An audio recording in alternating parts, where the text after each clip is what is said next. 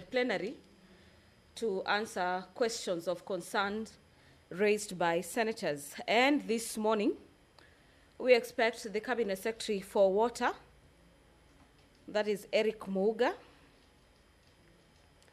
and the CS for Transport and Roads, that is Davis Churchill. The two will be appearing before the Senate plenary this morning, all the way up to 1 p.m. to answer questions. Among them is some questions by the Senator for Kitui, Senator Enoch Wambua, who will be asking the Cabinet Secretary to provide an update on the status of solarization plan for the Wikithuki irrigation scheme project, as well as the reasons for any delays or challenges encountered during its implementation. The Senator for Kitui also wants to understand the current status of the fencing plan for the initial 500 acres of land under the Wikithuki irrigation scheme, and the Cabinet Secretary is also required to explain the reasons behind any delays in the completion of the fencing. The Senator for Muranga, Senator John Newton, will be asking the Cabinet Secretary for Transport, why does the Kenya National Highways Authority, KENHA, use privately owned motor vehicles for patrol on highways? The Senator also wants to understand who owns these patrol vehicles and how their services procured, and whether KENHA has plans to acquire its own patrol vehicles like other state corporations. The Senator for Kilifi, Senator Stewart Mazayo, will be asking the Cabinet Secretary for Roads.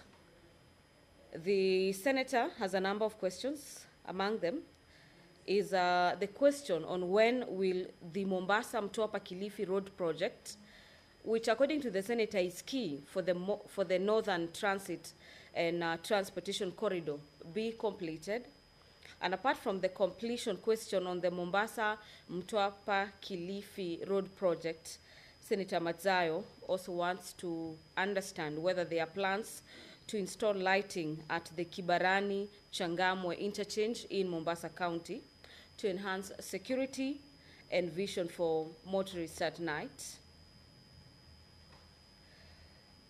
Question number 2 from the same Senator for Kilifi is a question on the status of the planned expansion of Malindi International Airport, where the Senator wants the Cabinet Secretary to disclose the total acreage of the land earmarked for the expansion project and indicate the number of affected landowners. The other thing is whether the government has measures put in place to fast-track the compensation process, and could the Cabinet Secretary provide a timeline for the full payment of the outstanding compensation of the amounts. Away from the two senators, the Senator for Machakos, Senator Agnes Kavindu, will be asking the Cabinet Secretary the reasons for the delay in the completion of Kakuku Ekalala Matu Road in Machakos County. She also wants to understand whether the government has plans to commence the reconstruction of Miuinganga Bridge in Masinga Sub-County. This is Machakos County, which was swept away by floods, and what are the projected timelines for the completion. If you're just tuning in, the business of the Senate is just about to commence. It is exactly 6 minutes after the time appointed for the Senate sittings on Wednesday morning, a day when the House has set aside the morning sitting to have answers from various Cabinet Secretaries who at any particular time are appearing before the House to answer areas of concerns raised by senators. The Sergeant-at-Arms has already stepped into the chamber, closely followed by the Speaker. And on your screens, the Speaker of the House, Honorable Amason Kingi, already in the chambers, ready to preside over the business of the Senate this morning. So kindly allow me to hand over for this live broadcast. Enjoy your viewing. Na tuombe. Ewe Mwenyezi Mungu, twakusihi ututazame kwa neema nyingi na baraka, sisi watumishi wako ambao umeridhika kutuita kwa nyadhifa za uongozi katika jamii hii yetu. Twakuomba utuwajalie tuyatende na kufikia mambo yote yatakayofikishwa mbele yetu kwa njia ya haki na uaminifu, ili kustawisha amani, ufanisi na heri nchi yetu na wale ambao haja zao umezikabidhi mikononi mwetu. Amen.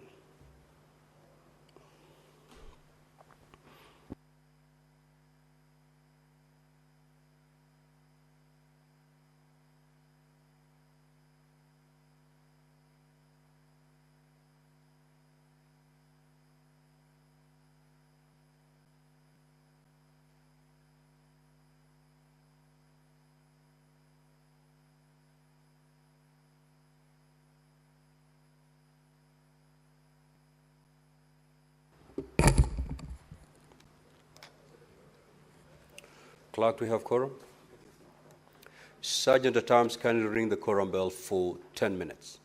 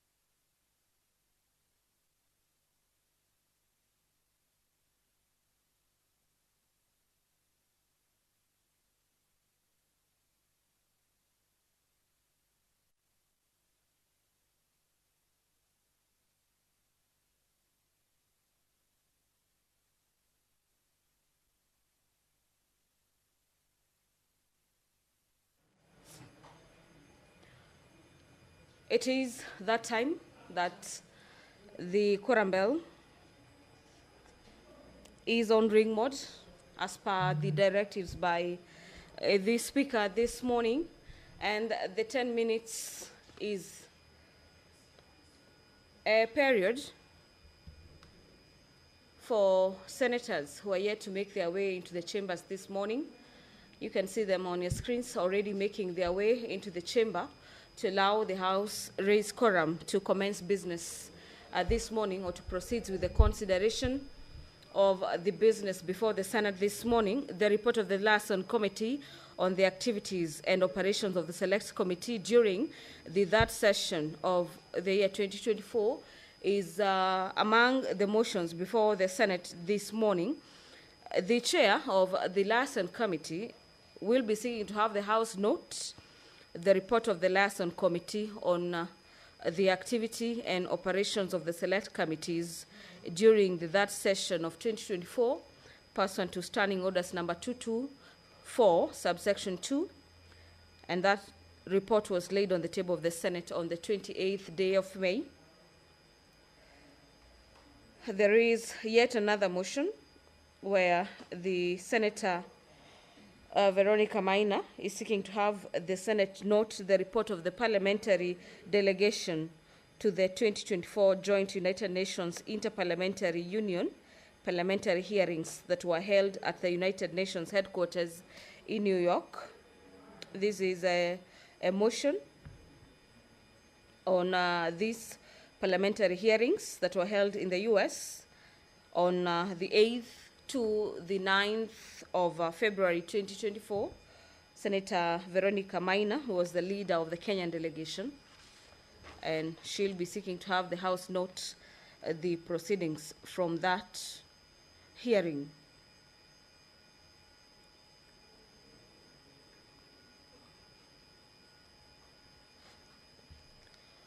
The report of the proceedings of the parliamentarians' dialogue at the Africa Climate Summit that was held on the 23rd in the National Assembly chambers in Nairobi, Parliament buildings, between the 3rd to the 6th day of September 2023 is also lined up for consideration this afternoon, this morning.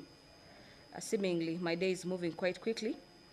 It is exactly 9:43 a.m.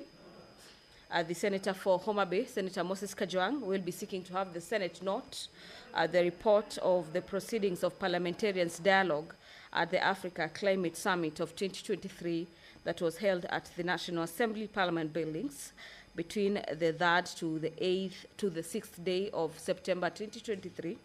That report was laid on the table of the Senate on the 2nd day of October 2024. The whip is out of the chamber on his way to rally senators to make their way into the chamber this morning to raise that pertinent number required to have the quorum of the House. I want to believe that quorum has been achieved, so kindly allow me to hand you over back to the live proceedings of the chamber. We will order Senator Nyutu. Clerk, you may proceed to call the first order. Senator Mundigi, be orderly. Order number 1, administration of oath. Order number 2, communication from the chair. Order number 3, messages. Order number 4, petitions. Order number 5, papers. Order number 6, notices of motion. The chairperson's led committee on delegated legislation.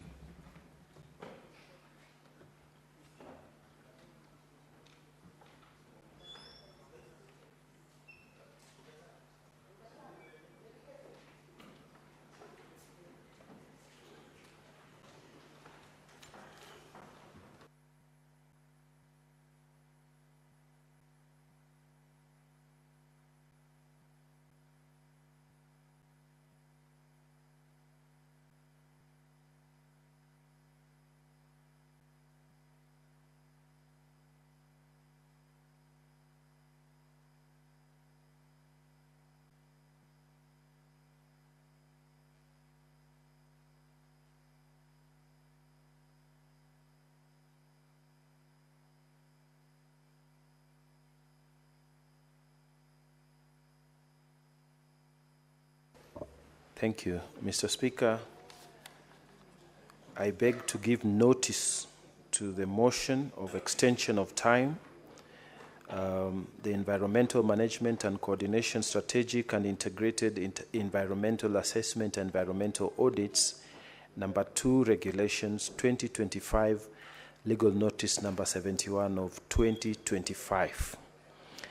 That aware that the Environmental Management and Coordination Strategic and Integrated Environmental Assessment and Environmental Audits number 2, Regulations 2025, Legal Notice number 71 of 2025 were tabled in the Senate on Wednesday, 9th April 2025 and referred to the Select Committee on Delegated Legislation for consideration pursuant to Section 12(1) of the Statutory Instruments Act, cognizant that the committee is required to make a report within 28 sitting days after the date of referral of the instrument by the Senate, pursuant to Section 15(2) of Statutory Instruments Act, which lapsed or lapse on Thursday, 17th July 2025, aware that Section 15.3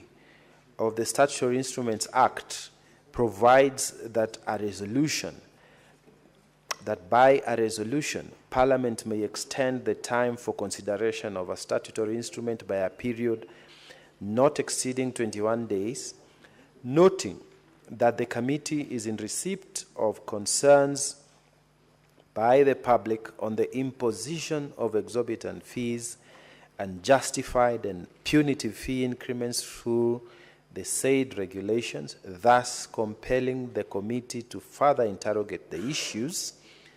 Now, therefore, the Senate resolves to extend the timeline for the consideration of environmental management and coordination, strategic and integrated environmental assessment and environmental audits, number 2, Regulations 2025, Legal Notice number 71 of 2025, for a further 21 days pursuant to Section 15.3 of the Statutory Instruments Act, to enable the committee consider objections raised by the public and make its resolutions on or before 7th of August 2025. Thank you, Mr. Speaker. Next order. Order number 7, questions and statements.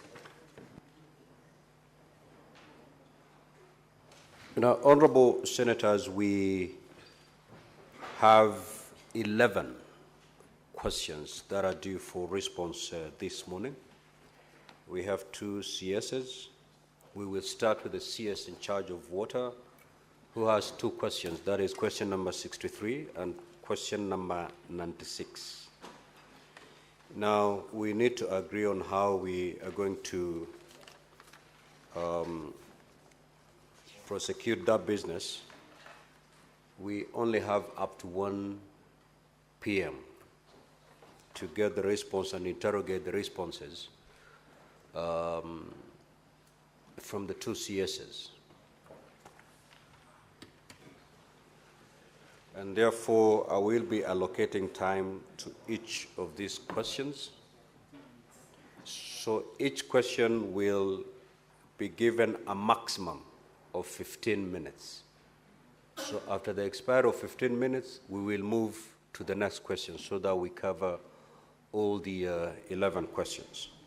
I'm informed that the CS in charge of water is already in the chamber. Clerk, can you confirm that? Thank you. Honorable CS, welcome to the Senate once again.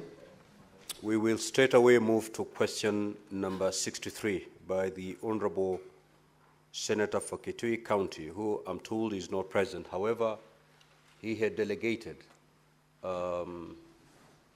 Senator Wafula to ask this question on his behalf. You may proceed, Honorable Senator. Thank you. Thank you, Honorable Speaker, for this opportunity and to welcome our good minister here. I want to go straight to the question that has been presented here, Honorable Speaker. On behalf of the Senator for Kitui, Honorable Enoch Wambua, to ask the Cabinet Secretary for Water and Sanitation, question number 1. Could the Cabinet Secretary provide an update on the status of the solarization plan for the Wakituki Irrigation Scheme project, as well as the reasons for any delays or challenges encountered during its implementation? B, what is the current status of the fencing plan for the initial 500 acres of land under the Wakituki Irrigation Scheme, and could the Cabinet Secretary explain the reasons behind any delays in completing the fencing? C, could the Cabinet Secretary elaborate on the overall progress of the Wakituki Irrigation Scheme and outline the specific measures being taken to ensure the project becomes fully operational without any further delay. Thank you, Honorable Speaker. Now, Honorable CS, you may proceed to respond. However, your written response has been circulated to all honorable senators, and therefore you need not read verbatim. To save on time, you may just highlight the response that you've already filed. You may proceed.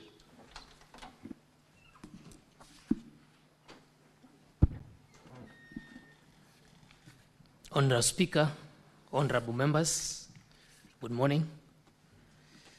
Thank you for the opportunity, Honorable Speaker, to address the House.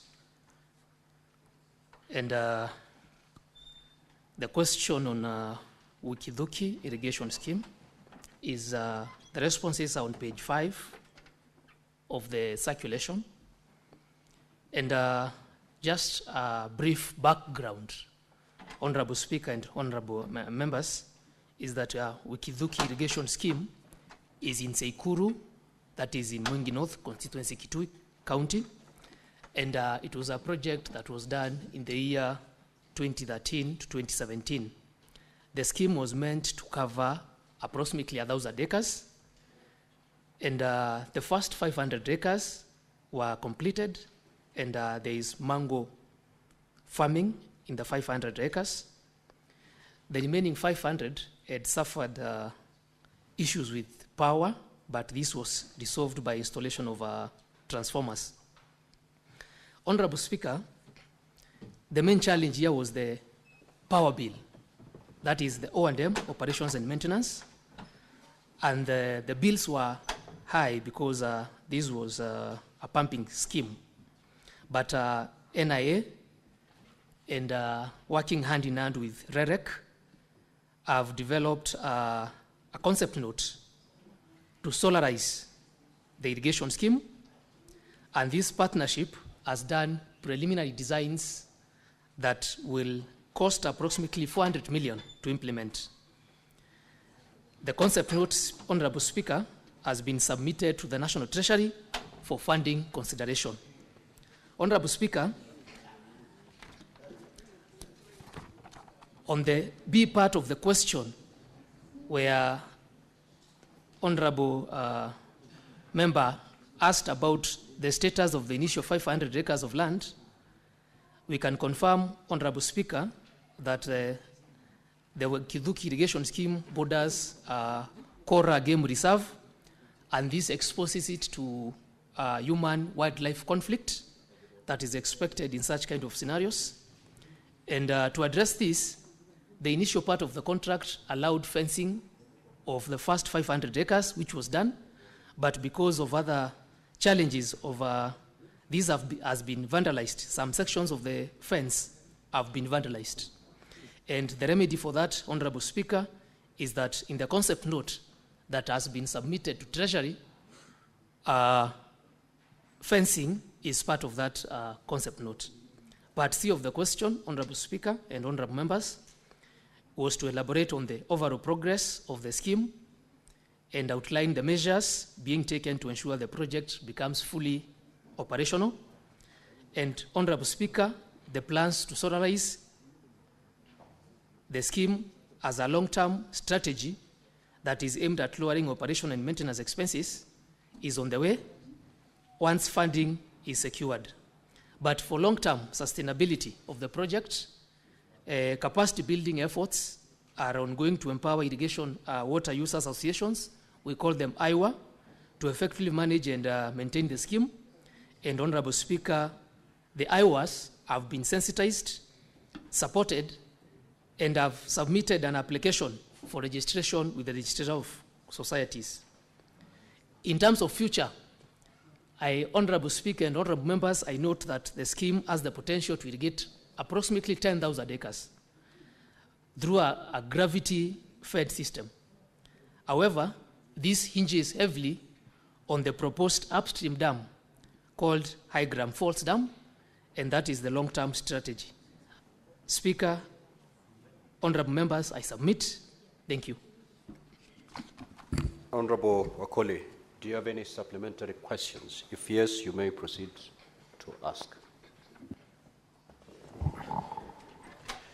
Thank you, Honorable Speaker. The questions have been answered adequately, and the budget estimates for the solarization process is quite enormous.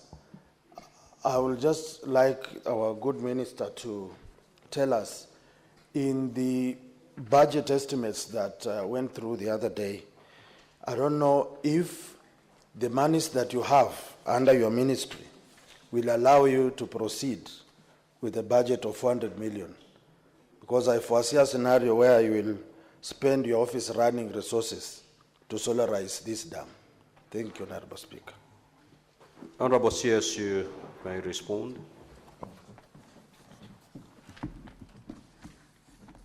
Thank you, Honorable Speaker, and thank you, Honorable Koli, for the question. As I've indicated in my responses, Honorable Speaker, is that this program was done between 2013 and 2017. And the vandalism that has caused some sections of the fence to be damaged and the high electricity bills because of pumping system has necessitated the ministry through the agency responsible to develop a concept note. This concept note is at the Treasury. I owe it to the Honorable Senator to tell him that the concept note is at Treasury for consideration. So in case we get resources, and I'm hoping we get resources because this is very key, we can start actualizing the program. Thank you. Senator Seki. Thank you, Honorable Speaker.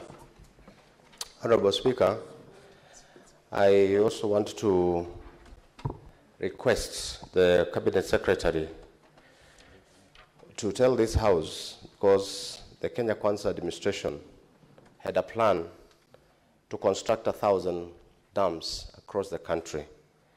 Could the Cabinet Secretary tell us at least how many dams have been completed so far?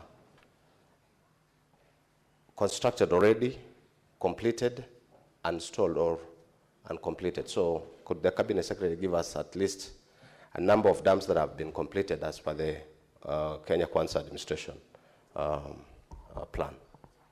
Senator Gataya Mwanda. Thank you very much, Honorable Speaker.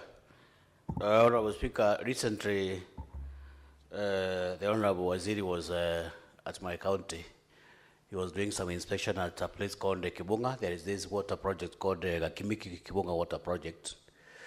It has been within for quite some time, across almost like 10 years, with very many promises that have not been kept. So, Honorable Waziri, people from Tharaka-Nithi would want to know whether there is any allocation and the timeline on which these projects are likely to be complete and when people are likely to get water across Kibunga, Marimant, all the way to Marawa. On a rejoinder, Honorable Speaker, Senator, you asked your question. It's just the same question, Honorable Speaker. No. Allow the minister to respond. Senator Mungatana. Mr. Speaker, I just wanted the minister to tell us the government policy. When you take land that belongs to the people for irrigation purposes, as you did in this case in Sekuru, and then you take so long to do it, what is the government policy?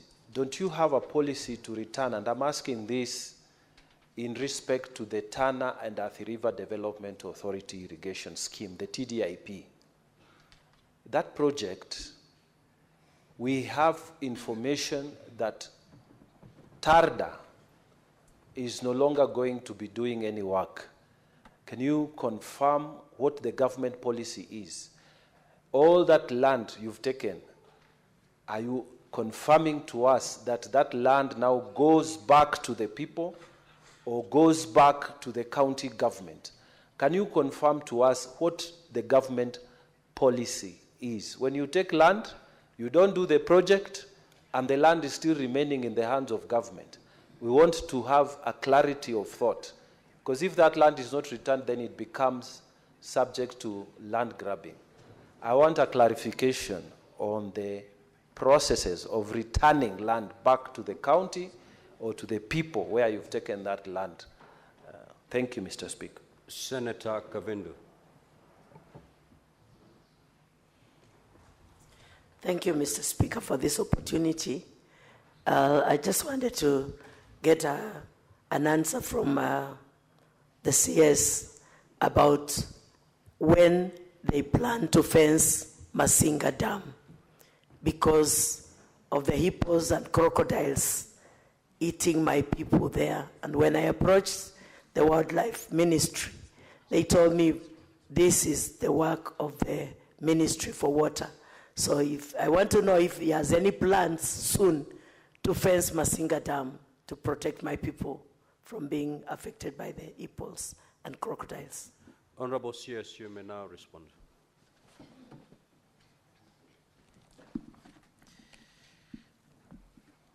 Thank you, Honorable Speaker. The first question was on the plan to do 1,000 dams to completion.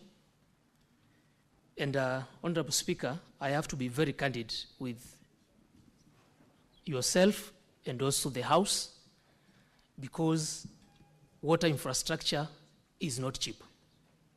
It is capital intensive.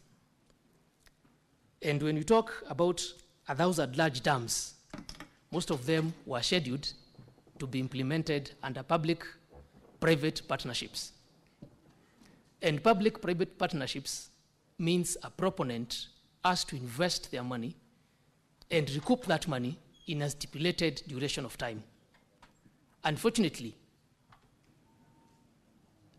investments in water have not been very lucrative in public-private partnerships because our tariffs are not cost recovery. Specifically, 1 liter of water in the supermarket goes for between 50 shillings and maybe 100 shillings. Honorable CS, the question was very direct. Yes. How many dams have been completed so far? Say either 2, 10, then you move to the next question. Okay. We have some ongoing, Honorable Speaker, especially the large dams. We have Mwache ongoing, we have Dhuake ongoing, we have Uma ongoing, and these are some of them are suffering from financial challenges. So the answer to that is for large dams, we have not completed any of them. Or small dams, I can provide a list, Honorable Speaker, so that I give a conclusive answer. Yes, yes. The question on Kakimiki Water Project. Kakimiki Water Project is meant to serve the areas of Marimanti all the way to in Tharaka constituency. And this project was complete 10 years ago, but the pipelines were on people's property. So the non-revenue water was very high. The program we have now, Honorable Speaker, and this is questioned by Honorable Gataya, is first of all to align the pipelines to public will-leaves to reduce the non-revenue water. That program is ongoing, and I was there the other week, and we are looking forward to complete it in a year's time. The question by Honorable Mugatana on government policy on acquisition of land. Honorable Mugatana, Tarda is government land. And government land, if I understood you correctly, that means it is owned by the government. So I don't foresee the need for compensation. But you asked about the policy. The policy is whenever the ministry acquires land from private parcels of land, we go through the normal process of National Land Commission, where there is evaluation and then there is compensation. That is the government policy. The question by Senator Kavindu, fencing of Masinga Dam. Masinga Dam is under the Ministry of Energy. And it is unfortunate for this. Thank you. Now, honorable senators, the 15 minutes allocated to these questions have lapsed. We will therefore move to the next question. Senator Kavindu, you have just been informed by the CS that Masinga Dam that is the question that has been answered, that Masinga Dam is under the Ministry of Energy. That is the response you've been given. How you treat that response, you know exactly how to go about it. So let us move to question number 96 by the Senator for Embu County, Senator Alexander Mundegi.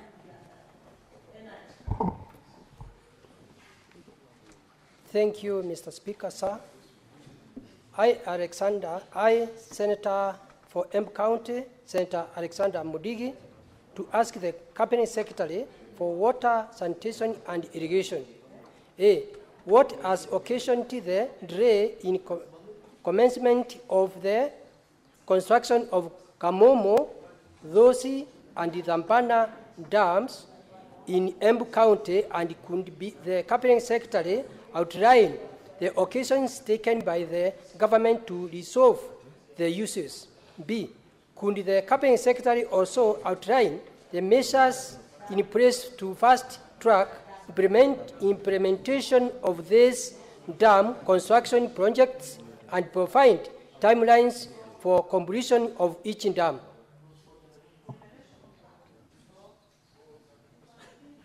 Honorable CS, you may now proceed to respond.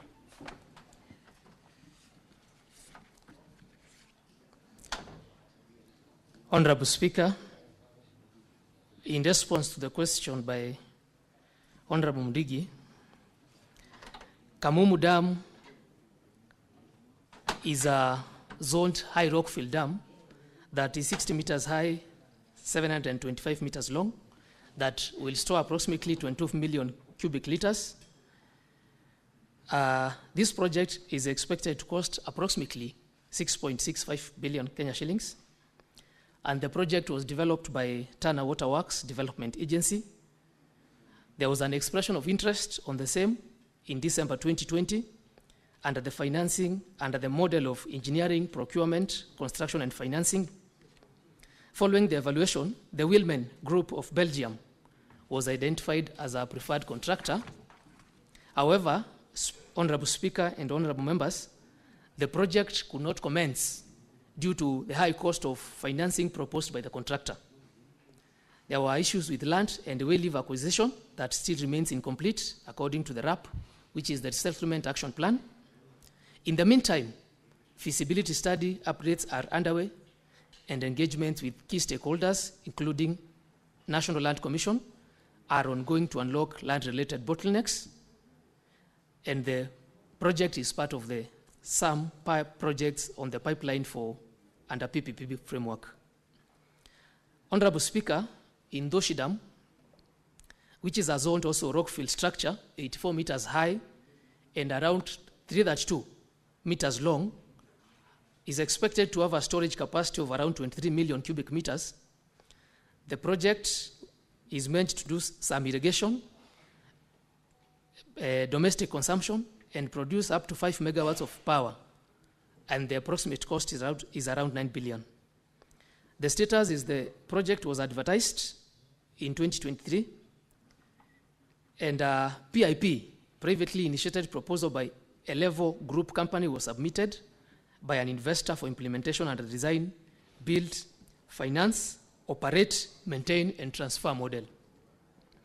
Despite the progress, there have been delays that resulted from the complex due diligence processes that are associated with PIPs, particularly technical and financial analysis, appraisals, and also alignment with regulatory and fiscal frameworks. The land acquisition process, that is including RAP, has also not been finalized.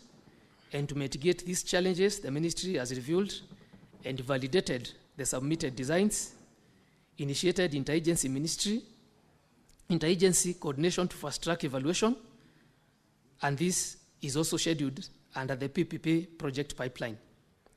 Honorable Speaker, Dambana Dam at the confluence of River Dambana and Rupingazi is designed to be 40 meters high, storage capacity of around 27 million cubic meters, and is expected to supply water for domestic and also do some irrigation to around 24,000 acres and generate 1 megawatt of power at a cost of around 22 billion. Conceptual design was completed in 2023 by the ministry, and an expression of interest was again issued in August 2023, and accepted also in the same month. However, the proponent did not submit the mandatory deposit fee required under the PPP regulations of 2022 for PIP proposals, prompting the ministry to initiate a fresh process. The second part of the question, Honorable Speaker, was to outline the measures in place to fast-track implementation of these dams construction projects and provide timelines. Honorable Speaker, Kamumu, Doshi, and the Mara Dams projects in Embu County, the ministry has put in place several mitigation measures aimed at resolving the outstanding issues. The measures reflect also our commitment to deliver the critical water infrastructure while maintaining transparency and aligning with the national planning framework. Kamumu Dam is currently being finalized through a cabinet memorandum for consideration and approval, and the memo seeks to secure high-level policy direction and unlock requisite financing to allow for prompt implementation. And in recognition of the time that has lapsed since the initial due diligence activities, the agency, which is Tana Waterworks Development Agency, has commenced the process of updating the due diligence report to ensure accuracy and relevance of the technical and financial documentation. On Doshi Dam, which has already been advertised and for which a PIP has been submitted, the ministry continues to engage with the PPP Directorate and the National Treasury to expedite the evaluation process and secure timely approvals. On Dambana Dam, following the proponent's failure to meet the mandatory deposit requirement under the PPP Act the ministry has initiated a fresh procurement process. In the meantime, the project has been formally included in the fourth medium-term plan. Engagements are ongoing with other prospective investors who had previously expressed interest in the project. And Honorable Speaker, the exact construction timelines of these three key projects, as asked by the Honorable Senator, will depend on the conclusion of the outstanding procurement, financial, and other statutory processes. Honorable Speaker, honorable members, I submit. Thank you. Senator Mundigi, do you have any supplementary questions? If yes, you may proceed. Thank you, Mr. Speaker. My question to the Cabinet Secretary: is it possible for Cabinet Secretary to advise or to tell people of Embu County whether there is any money in this budget of 2025 for those three dams? Because Cabinet Secretary knows water is life and life is water. And about farming in Embu County, we are trying to motivate youth and others people for farming, and better south and better north. Animals are dying, people are dying because of lack of water. And about farming, we are farming mogoka, and the farmers, they cannot progress without water. Honorable CS, you may respond. Honorable Speaker, thank you for that question. As I've explained, is that the three dams are in the pipeline for the public-private partnerships, and the resources we have in the current financial budget, we have a small allocation, not specifically for those three, for all dams that require review of appraisals, because to go to PPP, you need to have preliminary concept designs and to do project appraisals. So, Honorable Senator, Honorable Speaker, we have a small allocation for these kind of studies in the budget. Thank you. Senator Kinyua. Thank you, Mr. Speaker. The Cabinet Secretary, you remember for the World Water Celebration Day, you came to Tegethi, Matanya, and you launched a project, Tegethi Water Project. I'm just asking, how far is it now? Because when you came, you brought in pipes and other gadgets that are related to water, but immediately you left, the pipes followed you thereafter. Please, where is the status of that project? Thank you, Mr. Speaker. Senator Fernandez. Thank you, Mr. Speaker, sir. Mine is to find out the status of the construction. I know the design and of Keben Dam is to find out what is the status of the Keben Dam in Nandil sub-county, because we have waited too long, Mr. Speaker, for that project to take off, and whether there is availability of funds to construction and completion of Keben Dam in Nandil sub-county, Nandi County. I thank you, Mr. Speaker, sir. Senator Chute.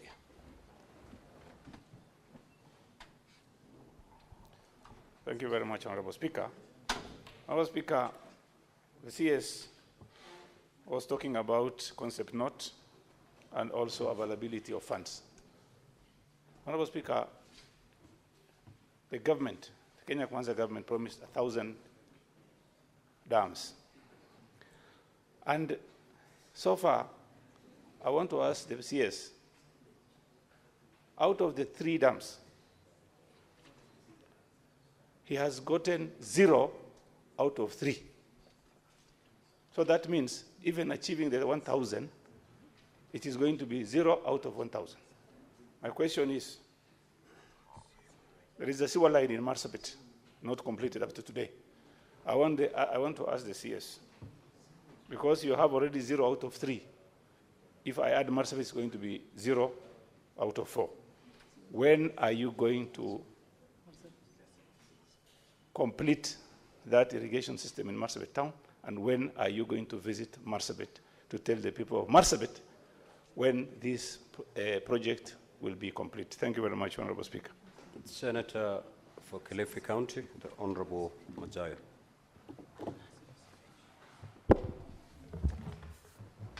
Asante, Mheshimiwa Spika. Nataka kumuuliza waziri wa maji.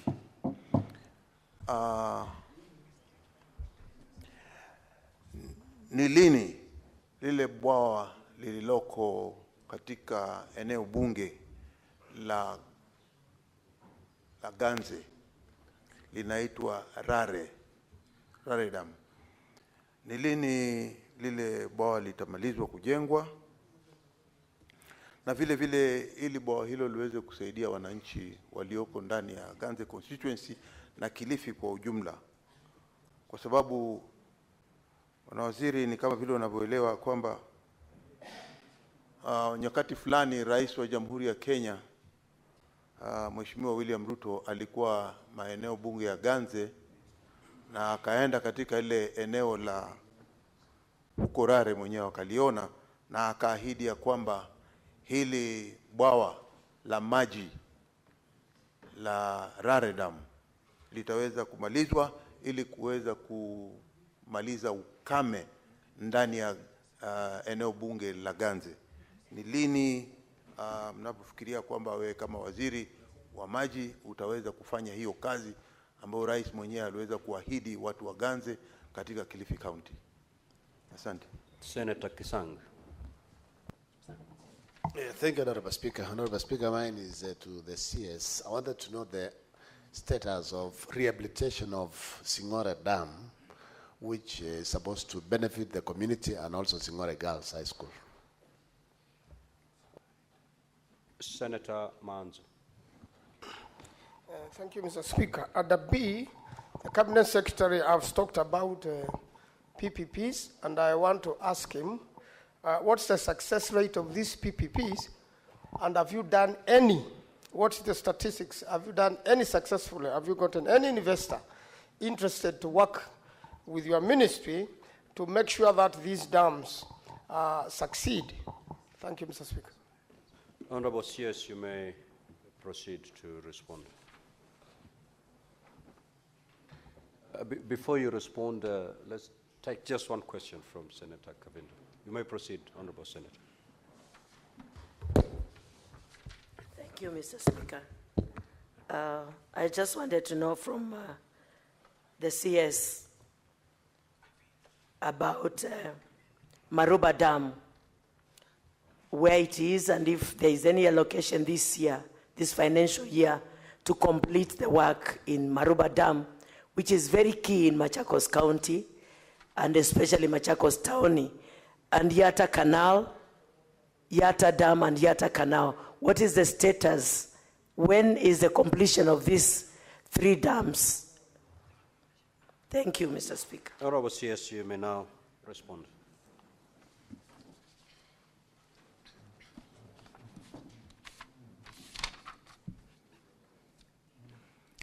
Thank you, Honorable Speaker and Honorable members, for your questions.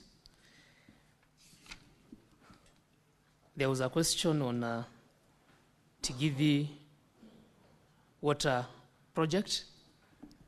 I am aware of that project. If the Senator can allow me, Honorable Speaker, to give you a detailed status on that, I would really appreciate, because I know the finer details is required, especially on that kind of a small project of water supply. Please. The question by Senator Cheregei on Kebendam. Senator Cheregei, Kebendam is a key project in Nandi, and we have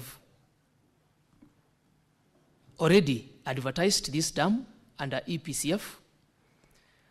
Evaluation is ongoing. We already have a consultant who is doing this, and this is in the progress of taking shape. EPCF projects take time, especially in evaluation and procurement. There's a question by Honorable Chuchi on the 1,000 dams. And this is what I've explained, that the speed which we expected the uptake of PPPs in water, this also couples with the question from Honorable Manzo, has not taken off. However, we have done a diagnostic analysis on how to make water projects, especially high-intensive, capital-intensive infrastructure, feasible to the ministry. And this has been a challenge that we are working to resolve. Because, as I said, our cost recovery tariffs are not in place. The question on Masabit sewerage, I know that is ongoing and it has taken time, and that you're right. Allow me to give a detailed brief on the status of this. There's a question on Rare in Ganze. Ganze, I know that the challenges we have of water in Kilifi County specifically, and this also couples up with the, because we share a common water resource from Baricho that comes to Kilifi, it also goes to Mombasa. This challenge will be resolved. Apart from doing the Rare small dam, when we complete the master plan in Mombasa of Moache, so that we stop the water that comes from Baricho at Kilifi, so that it is shared in Kilifi, Malindi, and Mtwapa. So, on Rare,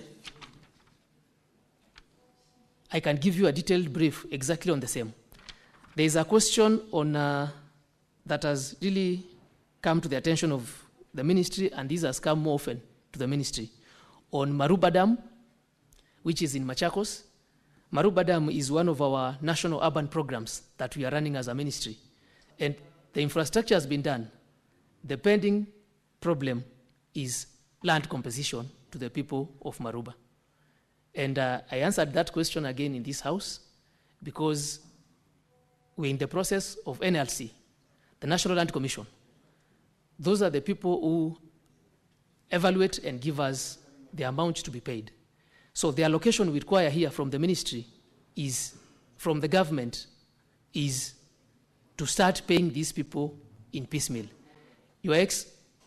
Senator Fokelefe, you do not rise on a point of order again as the CS. So allow the CS to conclude. I will give directives on the issue you've raised about RARE. Proceed, Honorable CS. And to confirm to Honorable Kavidu that because we don't have the entire money to pay the people of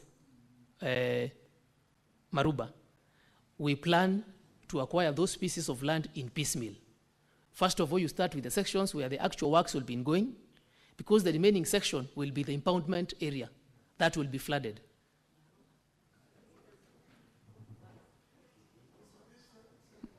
Maruba and Muongoni, I am well aware of Maruba and Muongoni dams. So Maruba is already in existence. I am tying the two together, Senator. Honorable Senators, allow the CS to respond. Allow the CS to respond. Yes, respond to the questions. Honorable Senator, when I'm speaking, you yield. You're out of order, Senator Kavindu. You're totally out of order. Honorable Speaker, the issue of Maruba and the issue of Muongoni Dam are in the same vicinity. The water supply in Machakos right now is fed by Maruba Dam. Maruba Dam is, as we speak, is complete and in use. As we speak right now, it is complete and in use. So please, Honorable Speaker, Maruba Dam, as we speak, is complete and in use. The issue of Yatta is another dam under the PPP pipeline that I've already explained to the House. The question by Honorable Kipsang, especially on Singor Dam. Singor Dam is under Singor.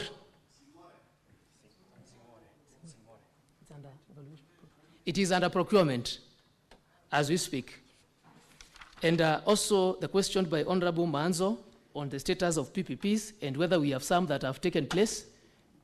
We have some under irrigation, but on dams, we are not yet to secure any of them to completion. Thank you. Thank you. Now, Honorable Senators, if you look at the clock, we have long used the 15 minutes that we had allocated to this question. Now, Honorable CS, on Rare Dam and on the project in Marsabit, you've undertaken to provide a detailed response to these two questions. Yes. Do so in the next 7 days. Thank you. And the one that had been asked by the Senator for Tharaka Nithi, those three, file your detailed responses within the next 7 days. Thank you. Honorable CS, we have come to the conclusion of your session. You may leave at your pleasure. Thank you, Speaker. Thank you, members.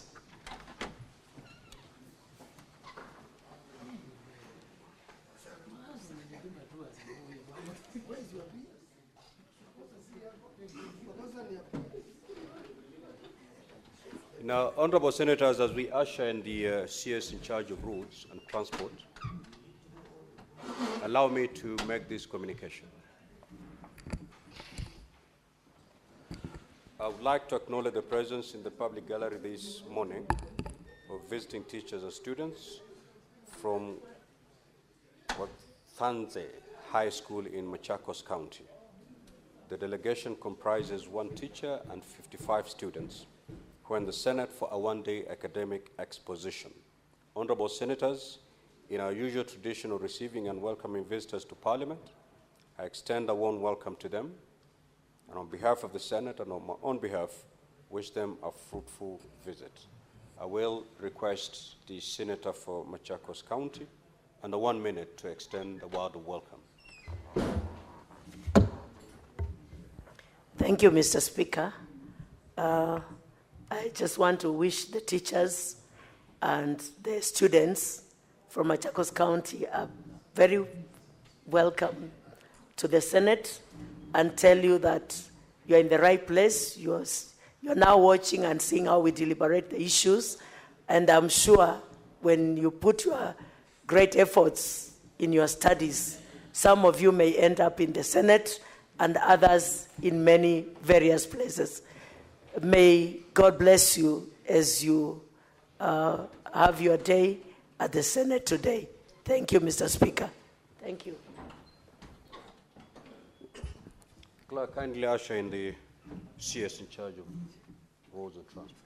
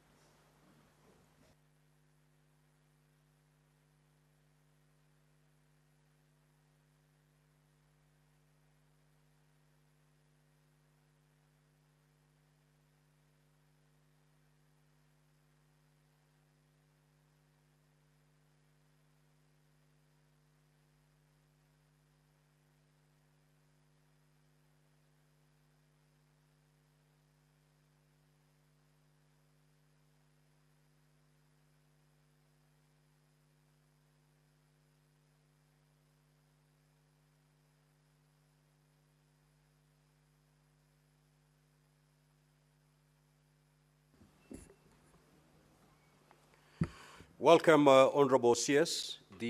You have 9 questions to respond to this morning, and therefore this is my guidance as far as time management is concerned. We are going to spend not more than 15 minutes per question so that we cover all the 9 questions before 1 p.m. The first question is question number 69 by the Honorable Senator from Murang'a County, Senator John Yutu. You may now proceed to ask the question. Thank you, Honorable Speaker. My questions to the CS is, A, why does the Kenya National Highways Authority, KENHA, use privately owned motor vehicles for patrol on highways? B, who owns these patrol vehicles and how are their services procured? And C, what plans does KENHA have to acquire its own patrol vehicles like other state corporations? Thank you, Mr. Speaker. Honorable CS, you may proceed to respond.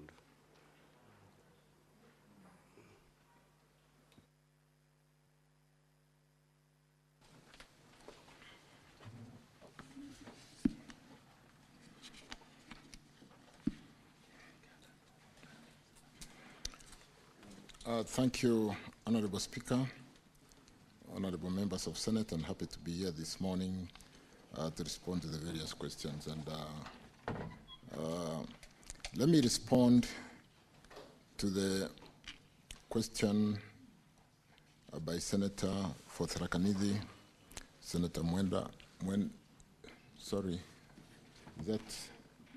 Honorable CS, you're responding to question number 69 by the Senator from Murang'a County. My paper, the person who has got my papers has been locked outside.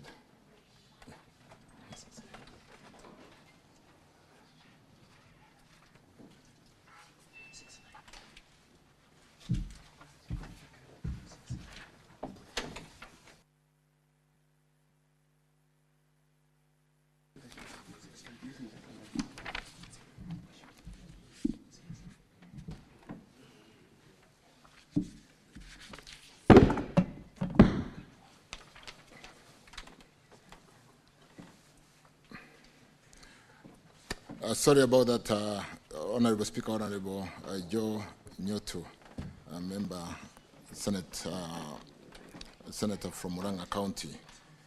And let me straight away go to the answer to the question on Kenya and the specific question. Why does Kenya National Highways Authority use privately owned vehicles for patrol on highways? Who owns these patrol vehicles? And what plans does Kenya have to acquire its own patrol vehicles like other state corporations? Mr. Speaker, sir, I beg to respond. The Kenya National Highways Authority, Kenya, utilizes privately owned motor vehicles as it outsources road maintenance works through performance-based contracts. Under these contracts, Honorable Speaker, members, particularly on critical roads such as Thika Road and the Nairobi Southern Bypass, the scope includes regular road patrols to monitor compliance with traffic regulations, rapid response to include to incidences and breakdowns, protection of road infrastructure including street lighting and guardrails, immediate assistance on motorists in distress. The arrangements, honorable members, Speaker, ensures efficient maintenance while enhancing overall road safety. And on the patrol vehicles that are owned, the patrol vehicles are owned by performance-based contractors who are basically assigned the contracts on the performance-based contracts. In terms of maintenance contractors who are competitively procured in compliance with the Public Procurement and Assets Disposal Act 2015 through the open tender method. Honorable members, on the final question, the authority does not intend to procure its own patrol vehicles for maintenance. Though Kenya outsources its road maintenance services, it's not very clear from the response why Kenya officers would use privately owned motor vehicles, because this is not a road maintenance. So, and was there any cost-benefit analysis done before this particular decision was made? Because, of course, government needs to save resources. Are we saving by using privately owned motor vehicles? Because my understanding is that there's a difference between road maintenance and patrol. The question, Honorable CS, was about the patrol vehicles. Because again, you realize that if sometimes motorists do not even know who is stopping them, because these are privately owned motor vehicles. So I think we may need to see clarity on that. And I think that is the only question that I have. And it also touches on your response on C, because we need to know, is the cost-benefit analysis, has it shown that we are better off, we'll save state resources through privately owned motor vehicles and not motor vehicles owned by the corporation? Thank you, Mr. Speaker. Honorable CS.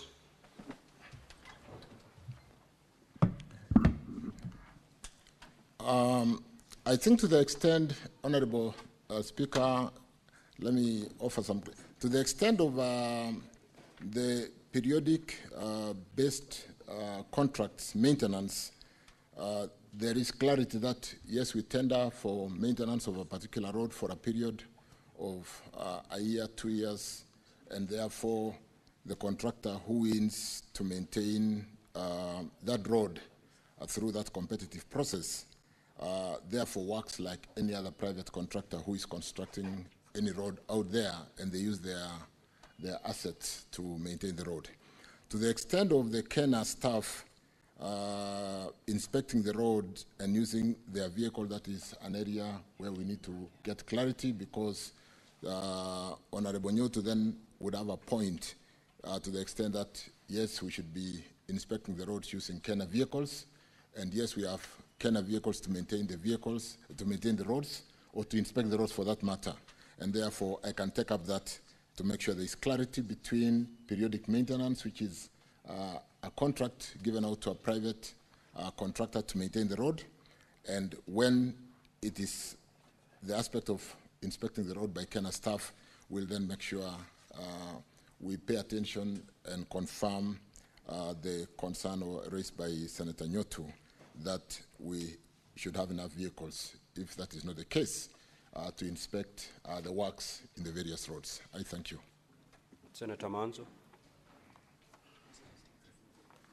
Yes, does it not have a security bearing, and Mr. CS, is it not better for you to work in conjunction with the police if you have to utilize private hired vehicles, and is it not a collusion between yourselves and the private people so that they can make money out of Kenya? Honorable CS, you may respond. I think what I did indicate, Honorable Speaker, Honorable Members, to the extent of a periodic maintenance contract, is a private contract like any contractor. You don't expect them to use Kenya vehicles. But to the extent of supervising and inspecting the works on the various roads, the Kenya staff does not in any way come in contact with the road users to the extent of really wanting to be discreet, because they would just be inspecting the works done by the periodic maintenance contractor. So if there has been a case where our staff in Kenya are not properly facilitated with their vehicles, that is a case which I said I will take it up, but it shouldn't really be a problem inspecting roads using Kenya's assets or using Kenya's vehicles, and I undertake to follow up that, Honorable Speaker, Honorable Nyoto. But to the extent of clarity, the periodic maintenance contract is a private contract which is done by the contractor who wins the maintenance contract for particular roads. But the concern raised by the Speaker, by Honorable Nyoto, I'll take up to the extent that there's a claim of lack of proper facilitation and staff could be inspecting the roads using their private vehicles. I thank you. Honorable Senators, we'll now move to question number 70 by the Senator for Kilifi and the Minority Leader, the Honorable Stewart Mazayo. Honorable Senator, you may proceed to ask your question. Thank you, Mr. Speaker. Mr. Speaker, I would like to ask my friend, the Minister for Roads,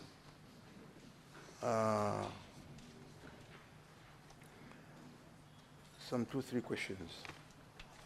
Mr. Minister, when will the Mombasa-Mtwapa Kilifi Road project, which is a key part of Northern Transit and Transport Corridor, be completed? Number 2, are there any plans to install lighting at the Kibarani Changamwe interchange in Mombasa County to enhance security and vision for motorists at night?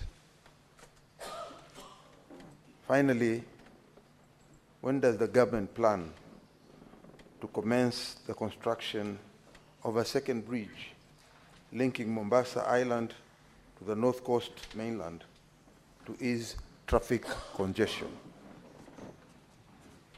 Honorable CS, you may proceed to respond. Thank you, Honorable Speaker. Thank you, Senator Mazayo. Let me straight away go to the answer. Mr. Speaker, sir, I beg to respond as follows. The Mombasa-Mtwapa Kilifi project is divided into 2 lots with different completion dates. The lot 1 is the Mombasa-Mtwapa, the bridge currently being constructed at Mtwapa town. And the project commenced in November 2022. Currently the progress is 42%. The project is expected to be completed by November 2026. Because Senator comes from that region and he understands the challenges we faced with that very narrow corridor between Mombasa and Mtwapa, and the challenge of land compensation coupled with the bending bills, I want to confirm that we have sorted out the bending bills issue through the funds we raised through selling our 7 shillings for securitization by a bankruptcy remote SPV, and therefore we are fully compensated, or we are fully compensating the residents, the project affected persons on that corridor. The compensation could be going on, but all the money has been released to the National Land Commission, and therefore the slowed project, including compensating the contractor for the bending bills, has been sorted out, and we should see very good progress going forward. On the second lot, Honorable Speaker, Lot 2 starts from Twapa, that bridge in Twapa, all the way through Kadzengo, Kilifi, and the project commenced in December 2021. Currently, the progress is 64%. The works are expected to be completed by March 2026. The project experienced a delay due to challenges with land compensation equally, and like I said, the issues of compensation is a story of yesterday. We have sorted out the bending bills issue. A National Land Commission is currently in the process of compensating the project affected persons, and we'll be able to even finish that corridor through Mtwapa town. The current contract includes the installation of street lights from Makupa roundabout to Kwa Chomvu interchange. Implementation is scheduled to commence in June 2025, which is just about now. And on the third question, the ministry through Kura is undertaking a PPP project for the second Nyali Bridge, which is still at preliminary stage. But let me hasten to basically say, with the road infrastructure works going on in the coast region, we really need to finish that Nyali Bridge so that connectivity with the works that has been done in Mombasa, in Kwale and Kilifi can basically seamlessly connect that great city of Mombasa, or the coast region. I thank you. Honorable Mazayo, if you have any supplementary questions, you may proceed to ask.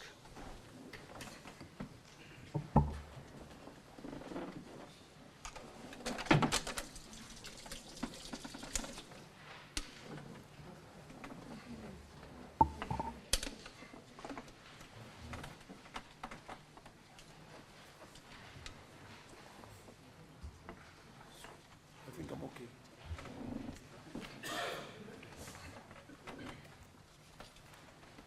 No, I think Senator Mazayo, do you have any supplementary question to ask? I felt I haven't organized myself. Okay, organize yourself as I give opportunity to your colleagues. We'll come back to you. Senator Faki. Asante Mheshimiwa Spika kwa kunipa fursa hii. Mheshimiwa Spika, kwa sababu za ujenzi wa barabara ya Mombasa Malindi, maeneo ya kutoka Kengeleni mpaka Mtwapa, kumekuwa na msongamano sana katika barabara hiyo. Hivyo basi magari mengi yanapita na Links Road kupitia Nyali ndio yatokee Bamburi Nyali Center yakielekea Kilifi na Malindi. Mheshimiwa Spika, barabara hii katika maeneo ya Quickmart imekuwa donda sugu kwa wakazi wa Mombasa na wakazi wa Kilifi. Kuna vidimbwi vya maji pale ambavyo kila kukinyesha inakuwa ni vigumu magari kuweza kupita. Hivyo basi utapata mara nyingine msongamano katika Links Road mpaka maeneo ya Shell petrol station. Mheshimiwa Spika, hili tatizo litaondoka lini? Kwa sababu tumeona Kura wanakuja na mikutano, mara leo wanafanya ushiriki wa umma, public participation, kesho wanakuja wanalaumu kaunti ya Mombasa, kesho kutwa wanasema ni wawekezaji ambao wamejenga kando ya barabara ambao wanasababisha msongamano ule na maji kutokwenda. Mheshimiwa Spika, jambo la pili, hizi taa katika barabara ya Causeway ni aibu kwa Mombasa, Mheshimiwa Spika, kwa sababu Mtalii akishuka katika uwanja wa kimataifa wa Moi, kuna mataa pale, lakini akianza kuingia mjini, Mheshimiwa Spika, ni giza tupu. Wale wakatalii wa mara ya kwanza ambao wanaingia Mombasa, Mheshimiwa Spika, wakiingia pale wanajiuliza, je, twenda kwenye mji ama twenda kwenye msitu? Asante Mheshimiwa Spika. Senator Manzo. Yes, Mr. Speaker, the CS has talked about PPPs in relation to construction of the bridges. What are your statistical successes and the foreigner partners or whoever private partners willing to partner with you? What are the success statistics you have of successful PPPs in your ministry, and especially in relation to the bridges? Honorable CS, you may respond.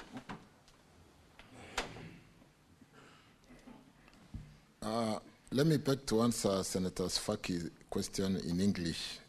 Ndio nisichanganye sana.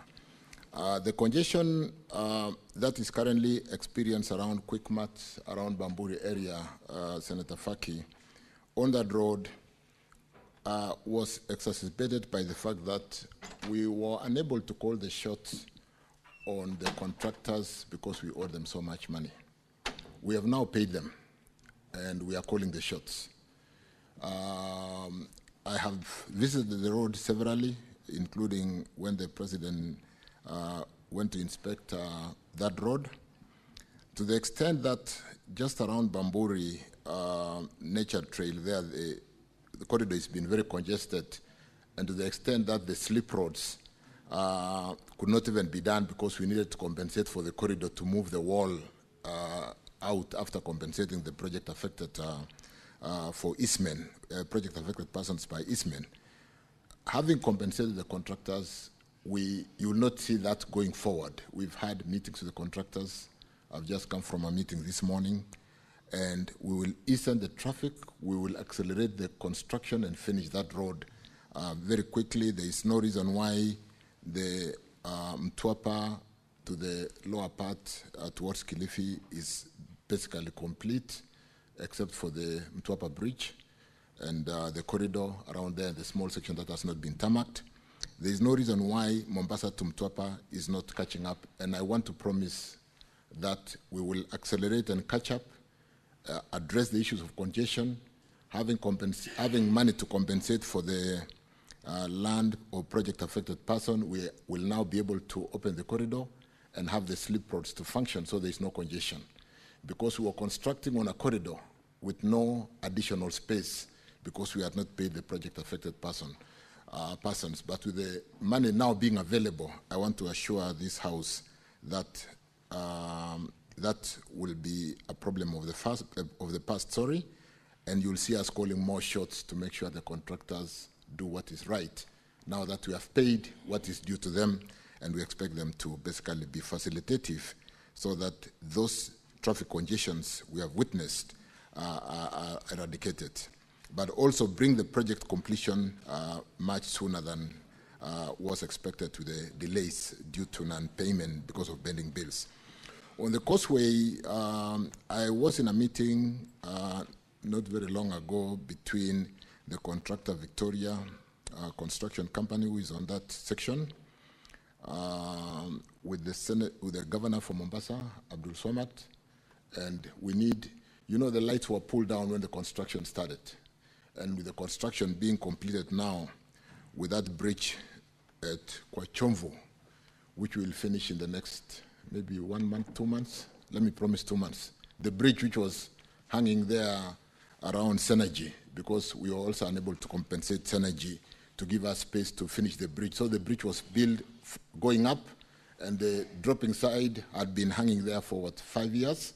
That bridge is being built and it's being now completed, and the lights are in a progression of being restored with the completion of that road, so that when the clients arrive at Mombasa Airport, we don't have them getting into that darkness that has been experienced over the long delayed construction.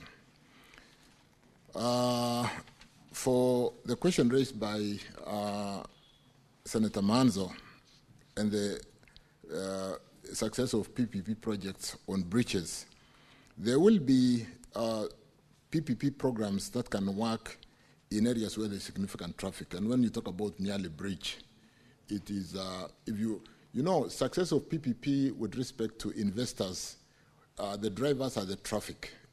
For a road where there's so much traffic, it becomes very easy to get a project which is bankable. But if it is a bridge where there is no traffic, you possibly get 20 vehicles per day. Even if you are charging 10, 15 shillings to cross through that bridge, it will not repay for the investment to give return on the equity or the investors as a business for the next 30, 40, 50 years. But you do know the bridge we are talking about, it's a very high traffic area. And so we are looking at possibility of a PPP. But like I said, equally, for the work that has been done lately, for those of us who know Mombasa very well, there's a serious transformation in the road infrastructure in Mombasa. And whether we succeed on PPP or we don't, we need to open up this bridge through PPP or through GOK funding. I thank you. Senator Mazai. Asante Bwana Spika. Nataka kumuuliza waziri.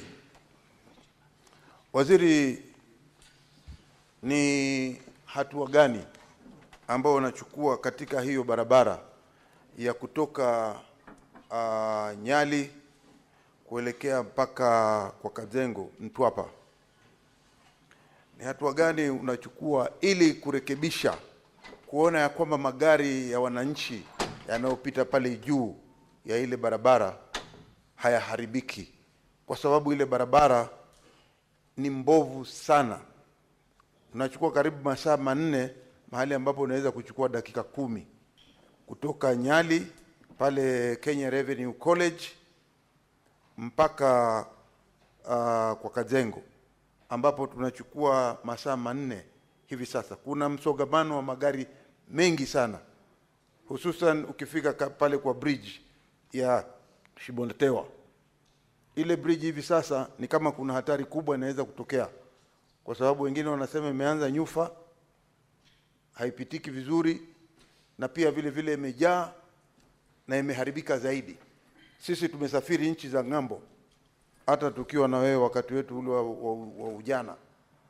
Unajua barabara kama inatengezwa kule China, ni lazima kuwe na side road, ile barabara ya kando ambayo inasaidia ile barabara ambayo inajengwa. Hawa wanatutengezea hizi barabara.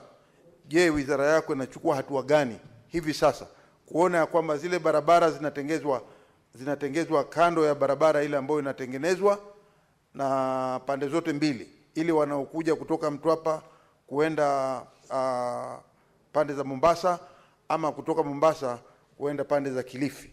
Ni hatua gani wizara yako imechukua kueleza hawa watu wanaotengeza zile barabara kwamba kunahitajika kutengeza barabara za kando kama vile wanavyotengeza kule China ama kule wanakotengeza hao watengezaji barabara? Magari yanaendelea kuharibika sana. Honorable CS. Allow me again to respond in English, Speaker, kwamba the Mtwapa Bridge, which I touched on, which is in the second portion of this particular corridor, is ongoing. It's a very long bridge of about 150 meters. The current bridge is a bit compromised. Ukiona kwa umbali unaona imeregea. There's a problem. I know what the senator is talking about. I've been there a few times. And like I said, Honorable Speaker, members, we have compensated the contractor on that road for bending bills. We have compensated the land affected persons, the project affected person within Mtwapa town, so that we are now able to connect the second section which is complete to the Mombasa side over the bit of compromise bridge. But I am confirming, Honorable Speaker, honorable members, that we are accelerating the completion of this bridge Now that we've got financing on this particular road, we've paid for project affected persons on that corridor about 2 billion, which is currently in progress. We've released the full funding to the National Land Commission, and compensation is going on as we speak. Shida ni kwamba when a project takes too long, you try to compensate, you find that the people who were initially in the list, there's succession issues and so on and so forth. But the full funding, as we speak now, is with National Land Commission, and the contractor knows that that challenge has been basically removed. Like I said, we have also compensated the contractor to work to the extent of 40%. The challenge, so to the extent of really accelerating the project, we want to quickly finish that particular corridor and ensure that road is motorable and the vehicles are not getting spoiled in that difficult section that Mheshimiwa Manso talked about. With respect to the service roads, sometimes as a developing economy, it becomes very difficult to buy land from land users, possibly demolish houses which have been built very close to the road to build a service road. So it's a case of really economics. Do we compensate to build temporary roads while we are building the roads? Where there is a corridor, yes. Where there is no corridor, it becomes a bit of a challenge. But allow me, for the programs running in Mombasa with the expedited payments or the eastern payments, to accelerate the connector between the Mombasa side and the Kilifi side through this Mtwapa bridge very quickly, and ensure that we do remove that challenge in a very short time. Because the challenge for a long time was the bending bills and the very slow work that was whatever. With respect to slip roads, which have also been designed, and I will seek to have possibly a more closer meeting with the senator to show him the design. There are slip roads around through Mtwapa town. What we have done now is just to compensate for the inner corridor to move waugasaji, the wafanyabiashara wadogo, so that we can build the main corridor. But there are slip roads, and because we now have money, we are compensating and we'll have slip roads through the town. The challenge was, because we were not able to compensate them, you would not actually know that they are slip roads. But when you see the designs, we've designed with slip roads, rather service roads along the main corridor. So we've compensated earlier on through exchequer release some 73 million shillings to get access to build the main corridor. The slip roads, we've now gotten money and we are compensating to do the service roads, which are parallel to the main road. And you will see that, and I can spend some time with Senator Manzo to show him the design, the fact that we have compensated for the main artery, and we are now compensating for the service roads through the town. I thank you.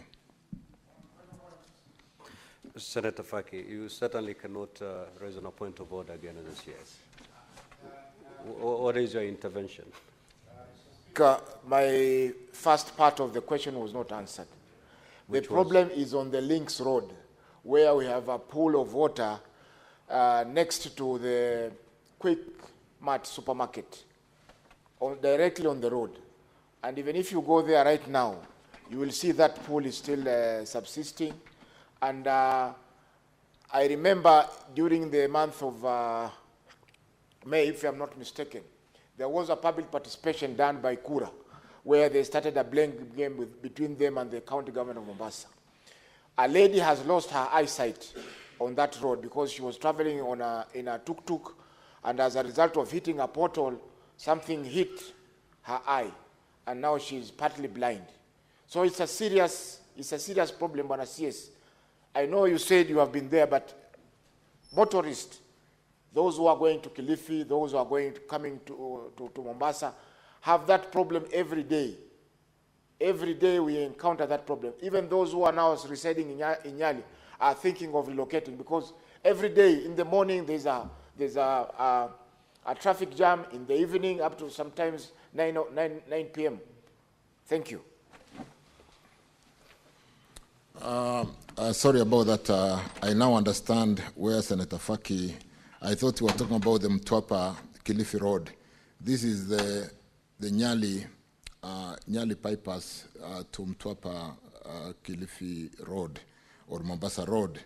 And I know the exact location, and in my last visit to Mombasa, this was #1 agenda with the governor, where on either side of this particular road, where there's a kind of depression, there are developments on both sides. There's a hospital on one side, they've built a wall, and there's no way to drain the water on this very low section. And we need to really tunnel out the water in this particular depression. And it requires some serious design. I've discussed this with the governor. We are discussing with the land users how to get access to be able to get drainage out of that very low section. And then, yes, I'm aware it's a Kura project. I was talking about the Kena on the main highway. And let me undertake to follow up what Kura has done on this particular one.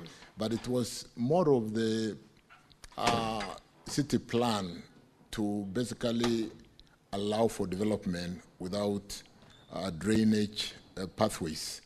And therefore, it's one thing that if you are to think about a quick solution, you'll need to be pumping out water because you need to push water up and then look for a channel out. But we need an access to be able to develop a drainage from that low section. And then therefore, yes, I'm aware of that. We've discussed with the governor, and I will pick it up with Kura to see how far we are, Honorable Speaker. Thank you, Faki. Asante. We now move to question number 85 by the Senator for Kilifi. You may proceed to ask the question.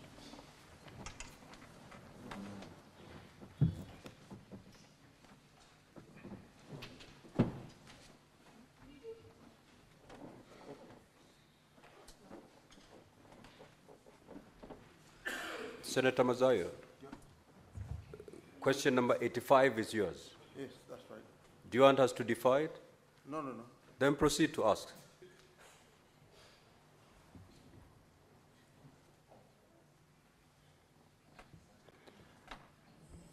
Bwana Waziri, na imani ya kwamba unaelewa vile nitakavyokuuliza maswali haya. Hususan ni kwamba yanahusu Kilifi County. Je, Bwana Waziri, kwa barabara na uchukuzi, unaweza kueleza ni hali ya hisia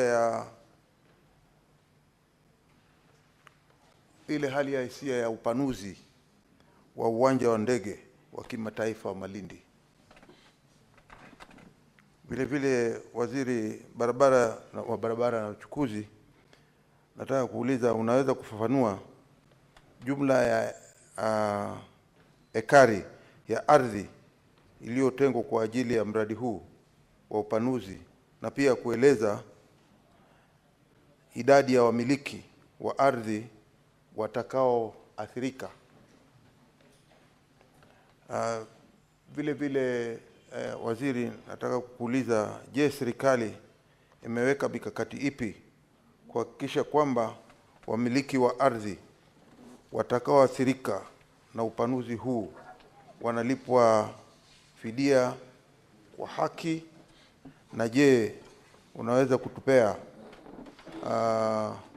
takwimu ya idadi ya wamiliki wa ardhi waliokwisha lipwa fidia hadi sasa pamoja na kiasi walicholipwa? Mwisho, Bwana Waziri, je, serikali imechukua hatua gani kuhakikisha mchakato wa ulipaji wa fidia? Na wewe kama Waziri wa barabara na uchukuzi, unaweza kutoa ratiba ya malipo kamili ya fidia zote ambazo bado hazijalipwa mpaka hivi sasa? Honorable CS, you may proceed to respond.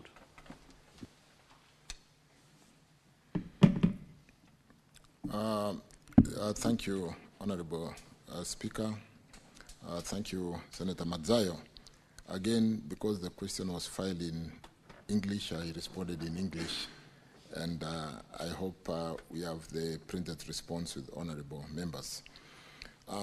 Honorable Speaker, I'm pleased to appraise this House on information sought regarding the status of compensation framework for the planned expansion of Malindi International Airport, communicated through our letter reference Senate 4S/4-Q/2025-051, dated 11 June 2025.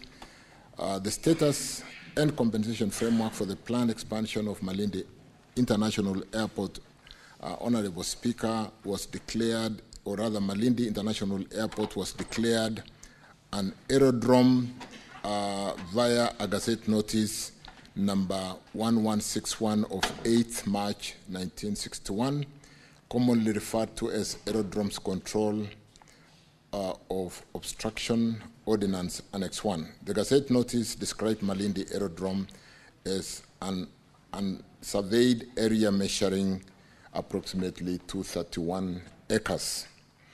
Honorable Speaker, in Speaker to secure the airport land, the government of Kenya, FIDE, a grant number CR 30280 Annex 3, granted the authority a 99-year lease with effect from 1st February 1997 through the Government Land Act Cap 280. The land measures approximately 100.6 hectares as delineated on the survey plan number 211701 of 2nd May 1997, which we have annexed as 4 to the authority. This conferred a land reference number of 10688 to Malindi International Airport. Honorable Speaker, pursuant to the proposal of the master plan for Malindi Airport, Annex 2, and undertaken by an airport consultant, Sofrifia, the authority in 2017 initiated land acquisition process, phase 1 for expansion of the airport through the National Land Commission, through a Gazette Notice 3390/2017 of 2017. The acquisition process was undertaken to completion. Valuation done by National Land Commission and the project affected persons issued with awards in respect of improvements on the land and disturbance allowance to fully compensate them for that purpose. The project affected persons were compensated excluding the value of the land. The compensation amount was assessed at Kenya shillings 424,205,901 with a total of 155 project affected persons. Honorable Speaker, some of the PUBs filed an adverse possession suits before the Environment and Land Court claiming to be declared the rightful owners of the affected parcel. The cases were, however, dismissed. The PUBs and other claimants then moved to the Land Acquisition Tribunal through various appeals. Honorable Speaker, on 8th February 2024, the Tribunal issued a consent order directing the National Land Commission and KA to regazette the intention to acquire, conduct joint inspection to determine land ownership and issue awards to the project-affected person. Pursuant to this court order, honorable members, the Commission regazetted intention to compulsorily acquire land for expansion of Malindi International Airport and inquiries into the claim through Gazette Notice Corrigenda number 2584 of 13 February 2025. Honorable Speaker, the inquiries into the claims were conducted over a period of 3 days between 25th March 2025 and 27th March 2025 at the DCC's office in Malindi. A total of 15 land parcels with a combined acreage of 19.8936 hectares were listed in the Gazette Notice. Honorable Speaker, pursuant to the inquiries by the National Land Commission, other issues were raised by the claimant on adverse possession occupant in good faith and historical land injustices. These matters are currently under review by the National Land Commission. Honorable Speaker, the authority is further undertaking design and land requirement assessment for Malindi Phase 2 expansion project to allow a runway expansion from 1.4 kilometers to 2.4 kilometers. This followed the setting aside of injunction imposed on Phase 2 acquisition project FIDE via a ruling delivered by the tribunal on 10th February 2025. The land acquisition process and resettlement action for Phase 2 will be subject to budget availability. And as I end, I want to confirm that I have lately, in the last 2 months, visited this airport to address some of these challenges, met the leadership of Malindi who are on the ground, and we are paying attention to this airport because, albeit the challenges we have faced in the expansion of Malindi Airport, to the extent of suggestions as to whether we could go to Vipingo or EPZ or SEZ, the tourism industry in this area and the need to sustain the investments which are wasting away in the hotel industry because of a lack of a good airport to be able to bring in big planes through expansion of this airport so that we can bring in big equipment with the tourists that favor this destination is something that the government is paying a lot of attention. And I want to confirm that this is a top priority amongst the airports that we are paying attention to be able to grow our economy, bring in more tourists into this economy, and support that hotel industry that is invested by majorly the nationals of Italy. I've met the ambassador lately in my office, and we are looking for quick ways of correcting and expanding this airport to this 2.4 kilometers. I thank you, Speaker. Thank you. Senator Mazzaya, do you have any supplementary questions? Bwana Waziri,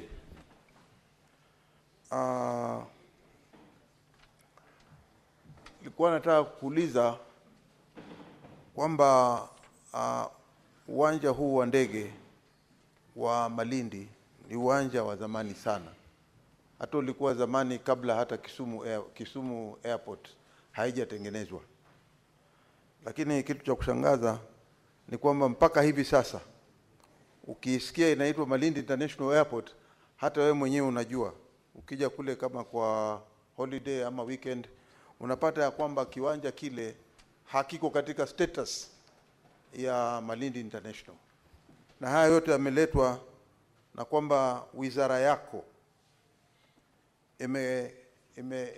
imesusia ama imekataa ama haifanyi juhudi zozote kuona ya kwamba wale wawekezaji, kuna wawekezaji kama kina Flavio Biatore ambao walikuwa wako tayari kupanua hicho kiwanja katika mipango ama mikadirio ya wewe ya wizara yako na wale walioko tayari kutoka Italy kupanua kile kiwanja.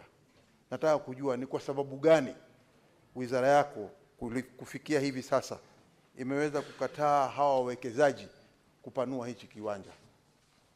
Na vile vile nataka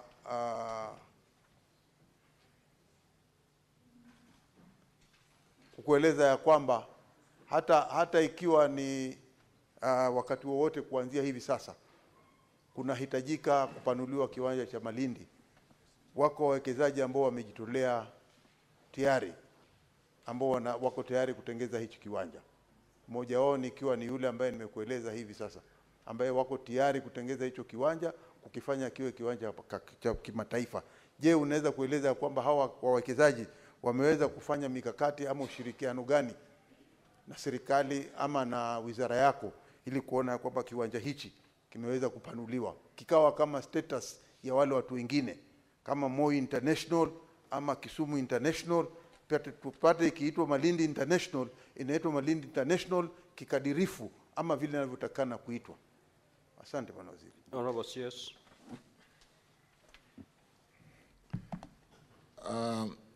I think I'd, in my supplementary answer, I touched on the supplementary question being asked by Honorable Matsayo, and I confirm and agree that what Mheshimiwa Matsayo, Senator Matsayo has raised is true.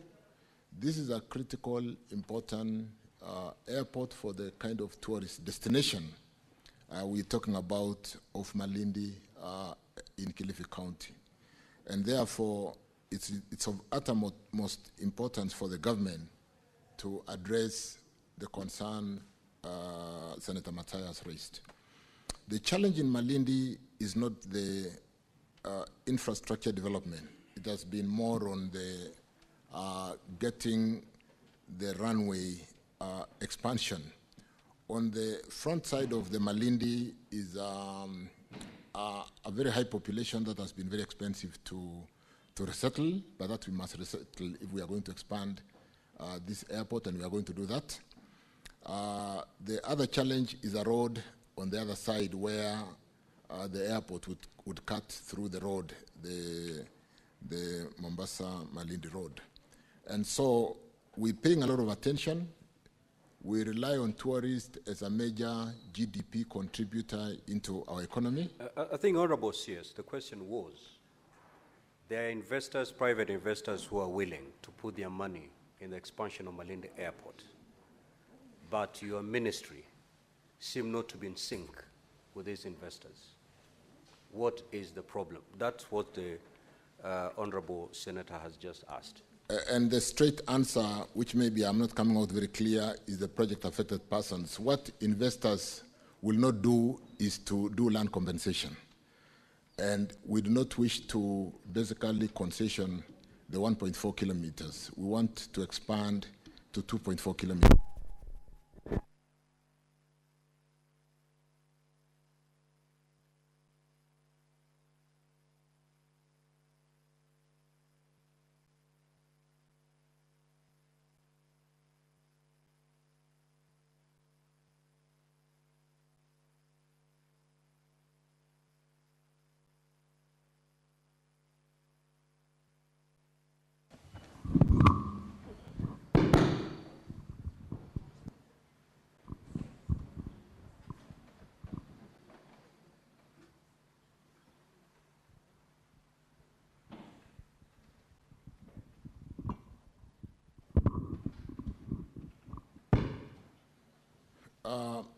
Thank you, and sorry about that.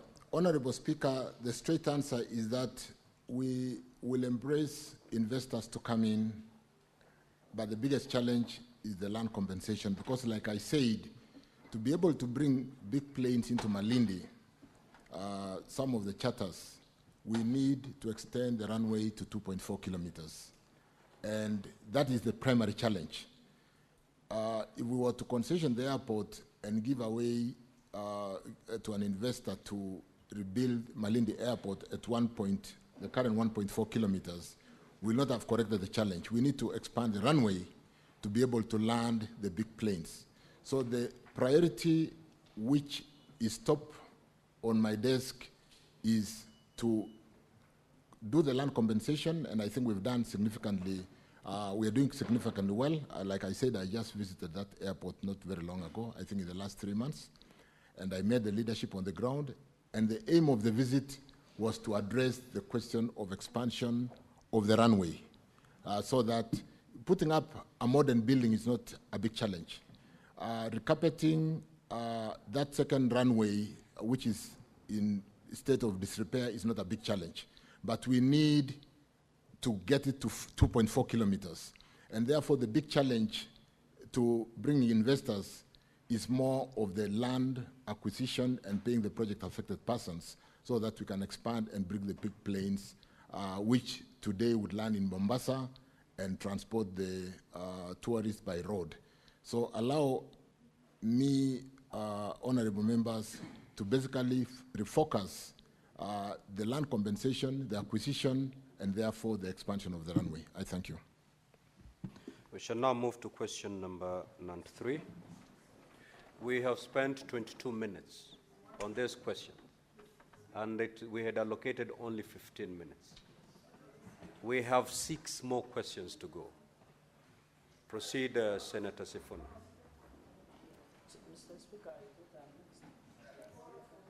Proceed, Senator Sifuna, so that we make use of the limited time. I think, Honorable Chair.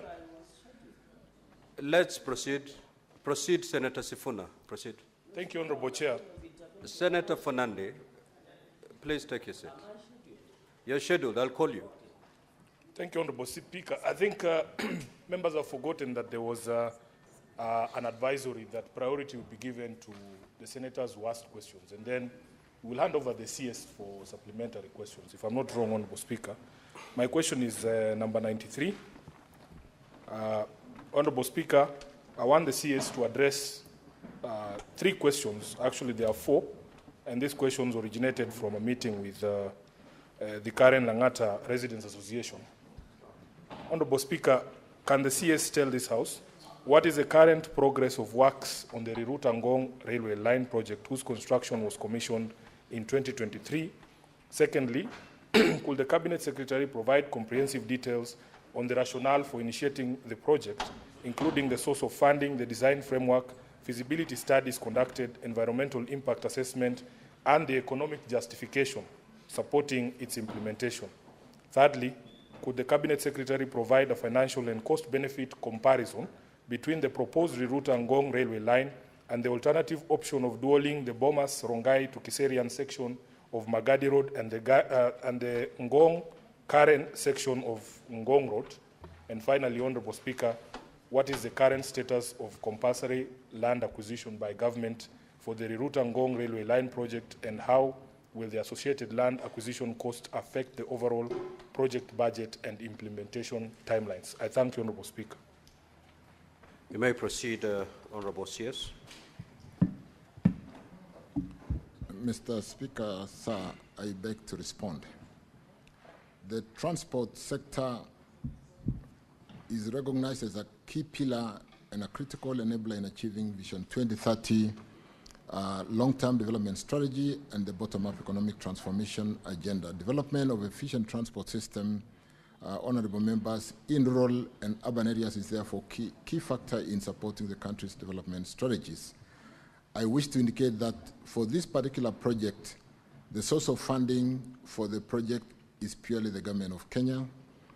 The government, through the Kenya Railways Corporation, conducted a feasibility study that resulted in the development of Nairobi Commuter Master Plan 2019. The master plan identified key commuter line corridors for development and modernization within Nairobi metropolitan area. The key identified corridors forming the core network are Kikuyu Limuru, which is currently existing under the meter gauge railway, Riruta Thika, which also exists today with a meter gauge railway, Lukenya, Kitengela, Konza, also existing, Jomo Kenyatta International Airport, which is proposed, Embakasi Village, which is existing, and Riruta Ngong under implementation from Riruta to Ngong. Riruta Ngong commuter line, which will be linked to the revitalized Nairobi railway station, is also one of the commuter lines identified as critical transport infrastructure under the prioritized integrated transport system for decongestion of Nairobi metropolitan area. The rationale, honorable members, behind preference of the commuter rail over land transport is that commuter rail is for mass transport, and therefore the carbon footprint is what we all desire today. And where one commuter train carries about 6,600 passengers, both standing and sitting, which is equivalent, honorable members, to about 460 14-seater matatus. And that is one way of decongesting our city. I have just indicated where you can get that master plan, and in today's time of technology, if you go to that site, you'll be able to see the master plan. I wish to indicate, honorable members, that for this particular project, the source of funding, like I've said, is purely the government of Kenya. Mr. Speaker, sir, as regards environmental social impact assessment study, the same was conducted in line with the Environmental Management and Coordination Act 1999.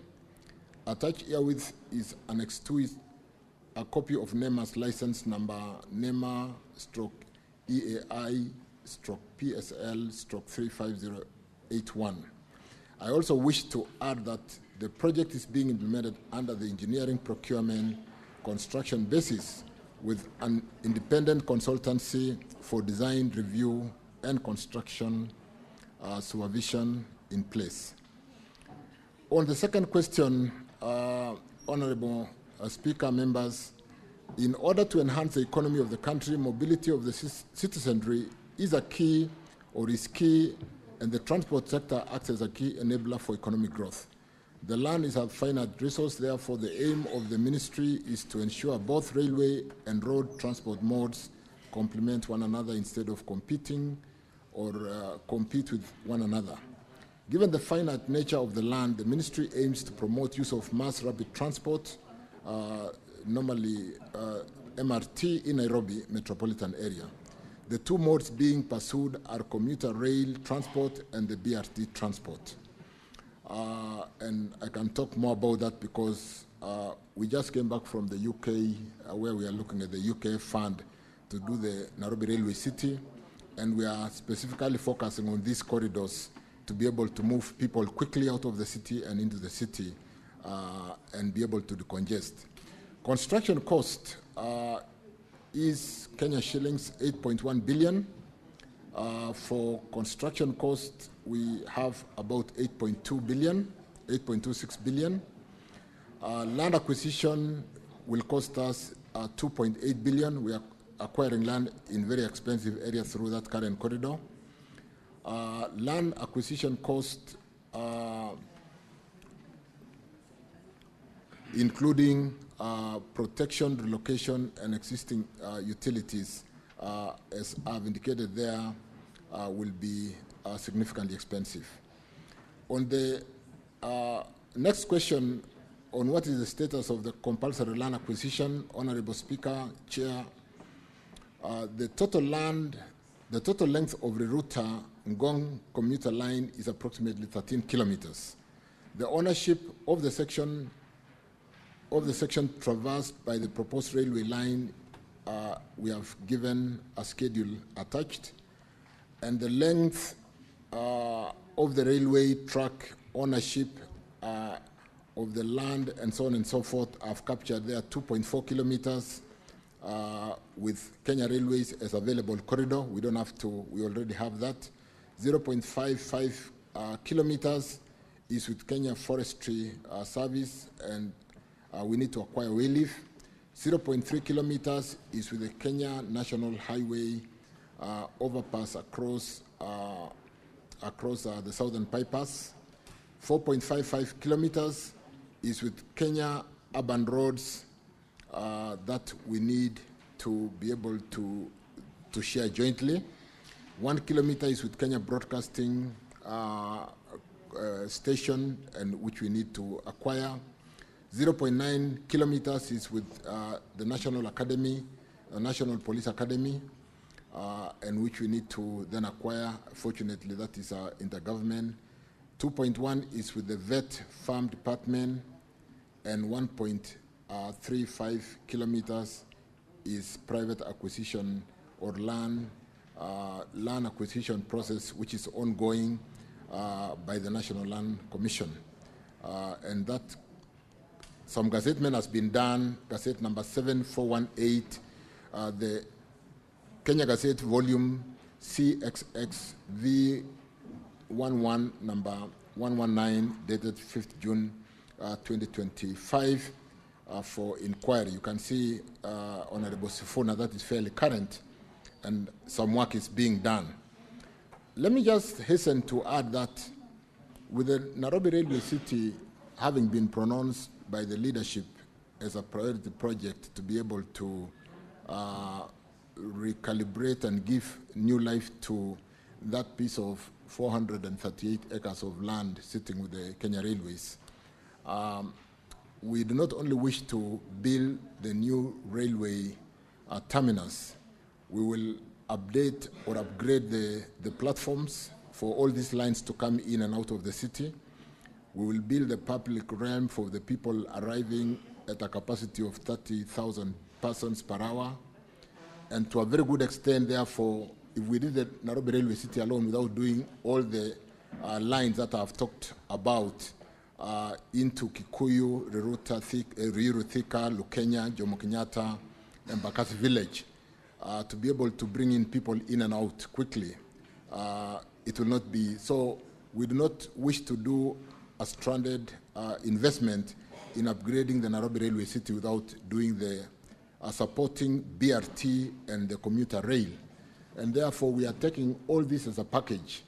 And therefore, the project that we are talking about through the router, which already has a contractor on the ground, I think CRBC, is one project which is already taken off. And we are going to pay attention to make sure that we decongest the city, we move people out of the city for residents out there, and be able to expand the economy, as it were, by moving people in and out very quickly.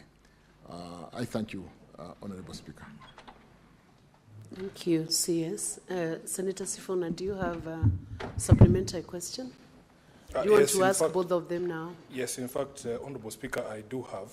Yes. The Cabinet Secretary has given me a 2019 report, but I was meant to believe that there was another report funded by the World Bank in 2017, a consultant funded by the World Bank that actually ranked this Gongri-Ruta line as the least priority in terms of construction of railways in this city.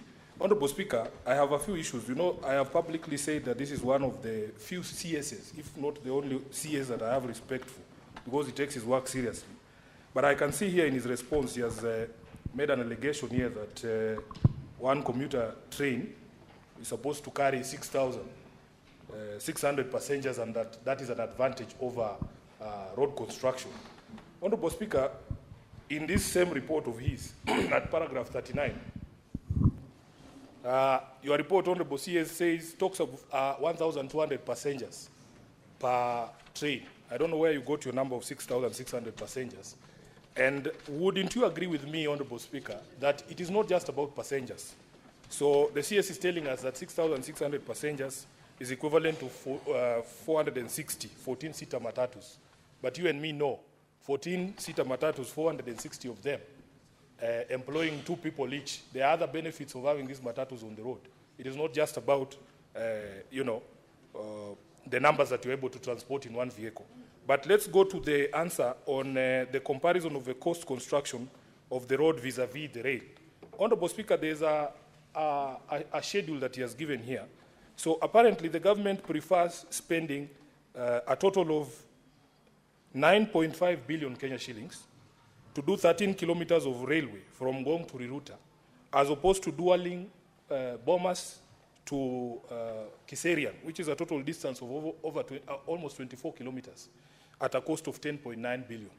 Waziri, explain to me as if I was a child. Honestly, if you wanted to decongest Nairobi, you want to open up the city, reduce the pressure on land. We know we have more land in Kiserian than we have here in Nairobi. What is the rationale of spending 9.5 billion to do 13 kilometers of railway, and yet you could use 10.9 to do 24 kilometers of road, dual carriageway from Bomas to Kiserian? So if you can answer those 2 questions, Honorable Speaker, and also touch on allegations, that some powerful people along that route for that railway have somehow secured concessions from your ministry to divert the original plan to avoid their properties.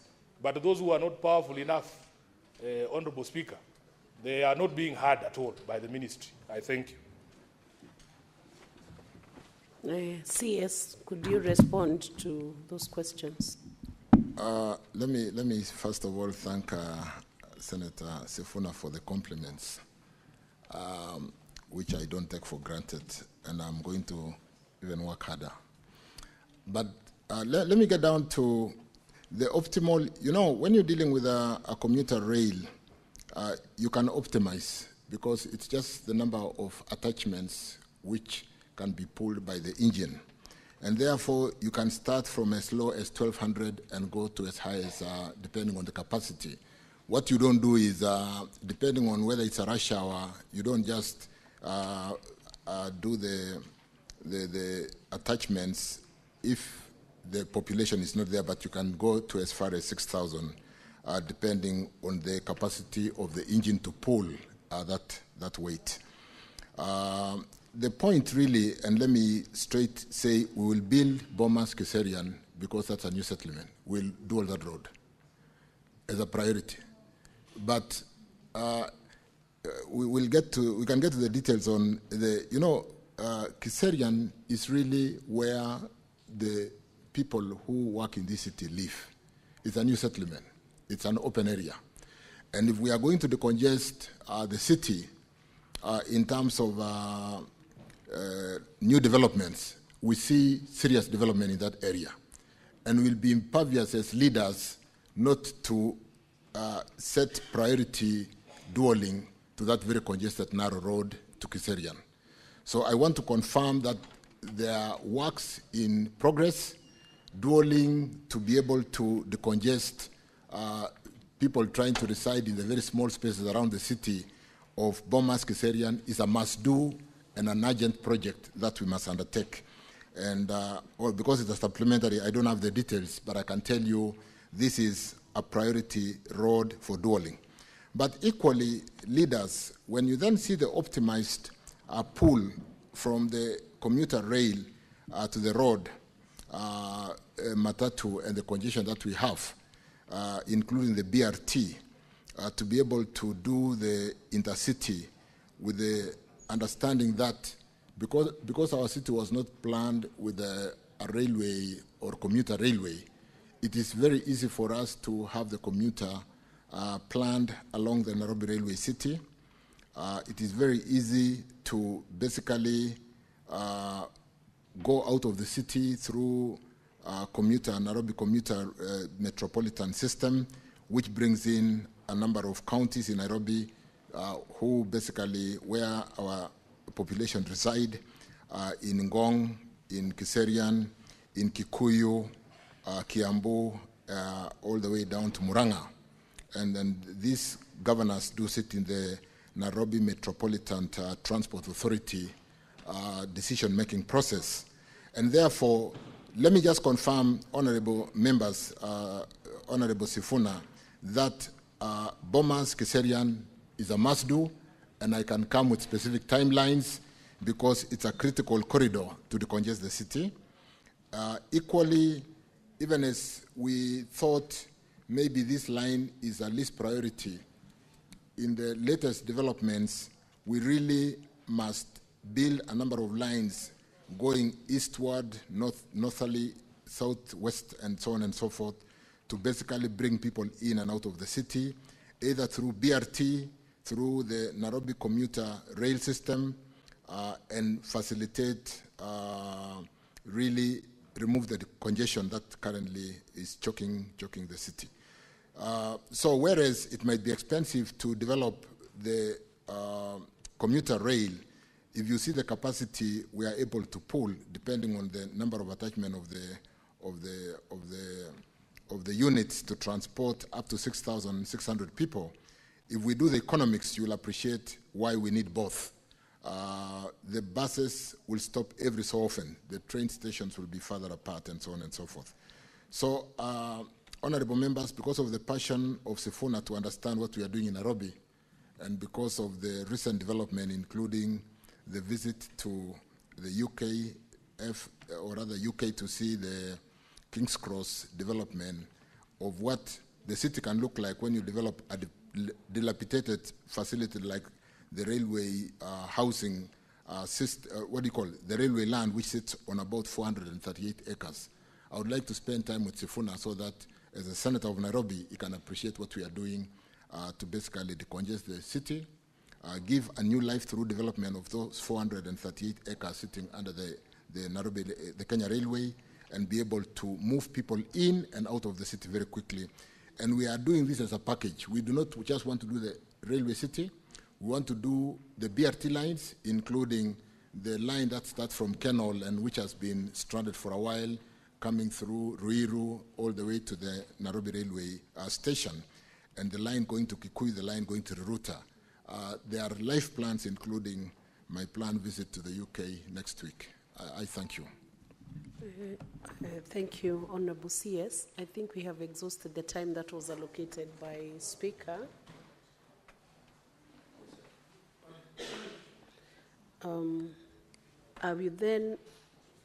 I will allow just one question, because the time for that question has been exhausted.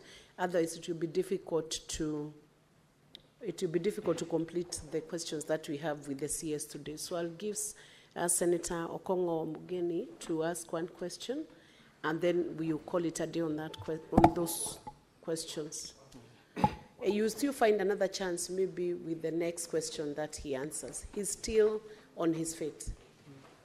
Yes, before I ask my question, I was just wondering the procedure that the ministry follows, because I was looking at the documentation. This road he was speaking about was commissioned in 2023, okay? But the environmental impact assessment license was issued on 19th September 2024.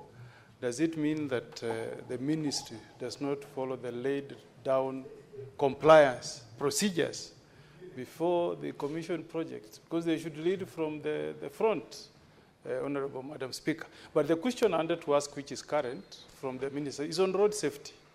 CS, that Senator last week, question do you want him to answer? That's the one I'm asking. That was just an observation. Okay. Last week, Waziri, we had a bad accident, and I think we neighbor each other.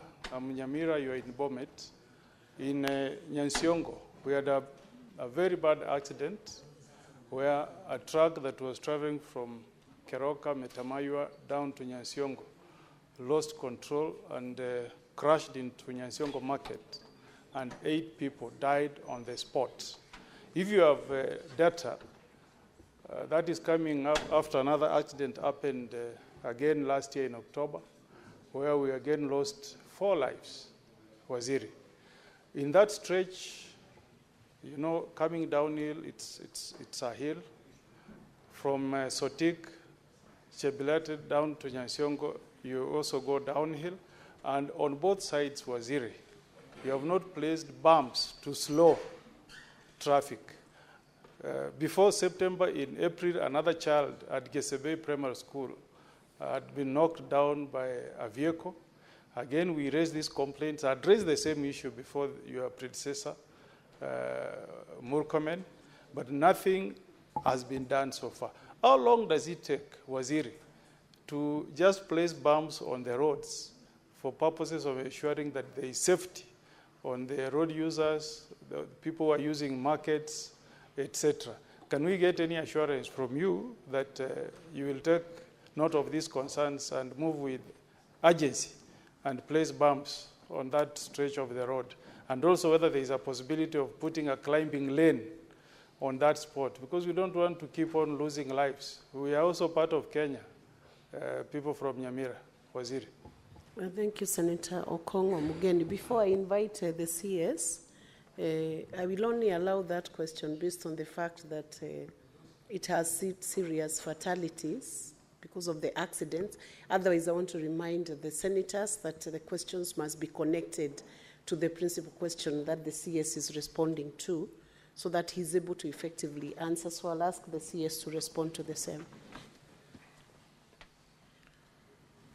Thank you, Senator Okongo Mugeni, on those 2 questions. One clarification on the procedure on how we could be building a road without an environmental certificate because of those 2 dates.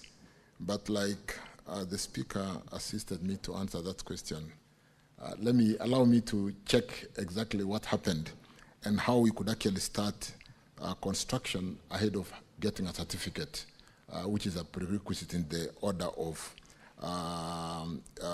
because really it's a requirement that an environmental study has been done. NEMA has issued a certification. If it was being funded, the funding will not be so allow me to basically check on whether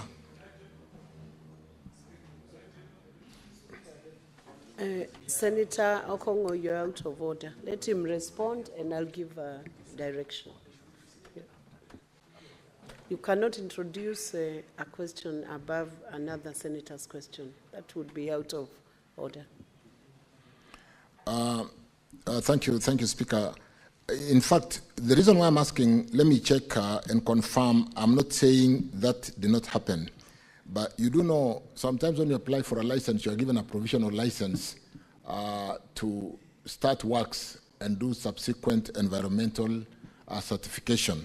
So I really need to bring the sequencing of the initial approval and whether this was a secondary basically requirement to submit the environmental reports and therefore get subsequent certification for compliance. But allow me to do that, and that's what I was requesting. I'm not disputing, but I'm saying let me get into the details because these are dates and numbers, and then therefore I would wish to basically delve into that because it should not happen that we are working on a project where there's been no environmental study and approval to do a project. Honorable CS, you'll have 7 days to check the documentation and supply any documents to show the sequencing of those certifications or licenses. Thank you, Speaker, and we'll endeavor to comply. With respect to the road safety, and which is really carnage ravaging our Kenyans, I want to empathize with the Nyasiongo market accident and the loss of lives, 8 lives there, and promise the Senator that I will immediately hereafter address the concern of the bumps. But we cannot be reacting all the time when there's an accident and then we go when we've lost lives. And there are various initiatives, including the ITS. There is so much in electronic, given the day and age in technology that we can employ to manage the drivers, to manage the vehicles on the road. We're doing a digital driving license with certain features to be able to do instant fines and manage the drivers. We are doing the junction cameras through the ITS systems. We are doing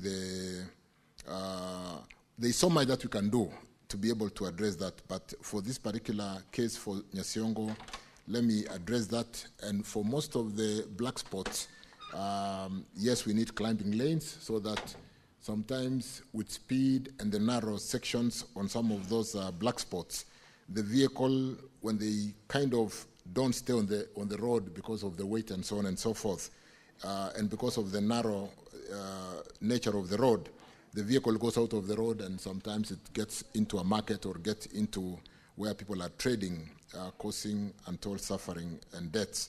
And therefore, for this particular case, I will pay attention to, but I wish to hasten that we are doing a lot and I will be paying attention to what we need to do with NTSA, a whole authority just set to address the safety on our roads. We need to do more, and I do agree. But for Nyasiongo market, the bumps and whether we need to do that climbing lane that Mheshimiwa talked about, let me pay attention to that. I thank you. Thank you. Honorable Senators, we will move to the next question. Question number 77, Senator Agnes Kavindo.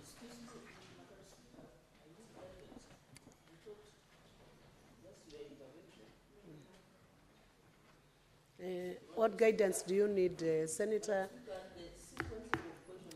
And Senator Chiradike, when you need guidance, you first wait for the Speaker to give you permission to address the Chair. You cannot take over from Agnes before you're allowed by the Speaker. Senator Agnes, resume your seat. Let me hear the guidance Senator Chiradike needs. Please give him the mic. Madam Speaker, I understood when Senator Sifuna was given indulgence to go ahead of me in the sequencing of the order paper, unless order paper does not guide the House, because in the sequencing of the order paper, I was immediately after Senator Stewart Madzayo, the Speaker requested the indulgence of Senator Sifuna, then it should have come back to me, because as per the sequencing of the order paper, I thought we are following order paper, Madam Speaker. Okay, let me... Can I be allowed, because I have other engagements, Madam Speaker? Resume your seat, I respond to that. Senator Agnes Kavindu has approached the Speaker.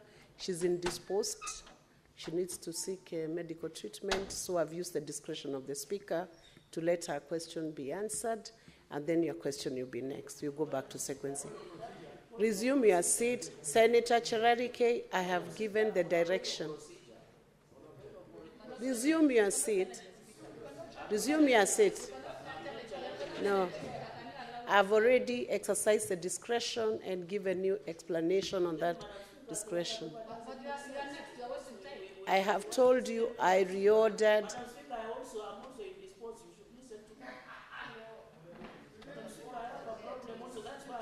From now, this point is when you are indisposed. Resume your seat. So resume your seat. You are out of order, and I wish to caution you. Senator Cherarige, I wish to caution you now, you are out of order. Resume your seat. That is the first caution. After the second caution, I will rule you as out of order. Resume your seat. Agnes, Senator Agnes, can you proceed? Resume your seat.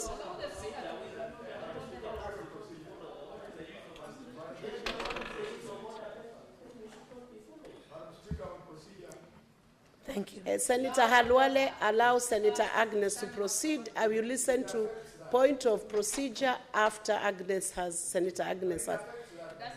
I have given you the direction, Senator Halwale. Proceed, Senator Agnes. Thank you, Madam Speaker.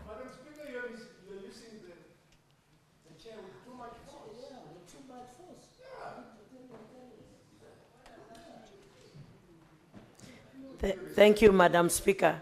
I would like the CS to, I want to ask the CS my question. What are the reasons for the delay in completion of the Kakuku-Ekalakala-Matu Road in Machakos County?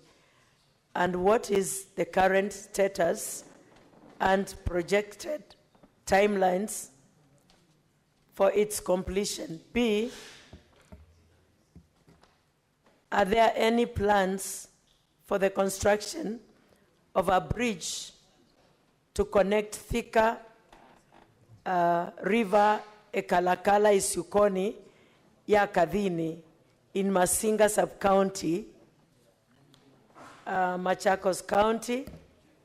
C, when does the government plan to commence the reconstruction of Miu Yanganga Bridge in Masinga Sub-County, Machakos County, which was swept away by floods in 2019? And what are the projected timelines for its completion? D, what are the budgetary allocation for these projects in the 2024-2025 financial year? Thank you. Honorable CS, you may proceed to respond to that question.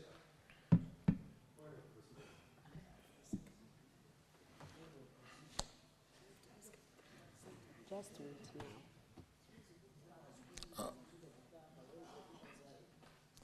Thank you, Honorable Speaker.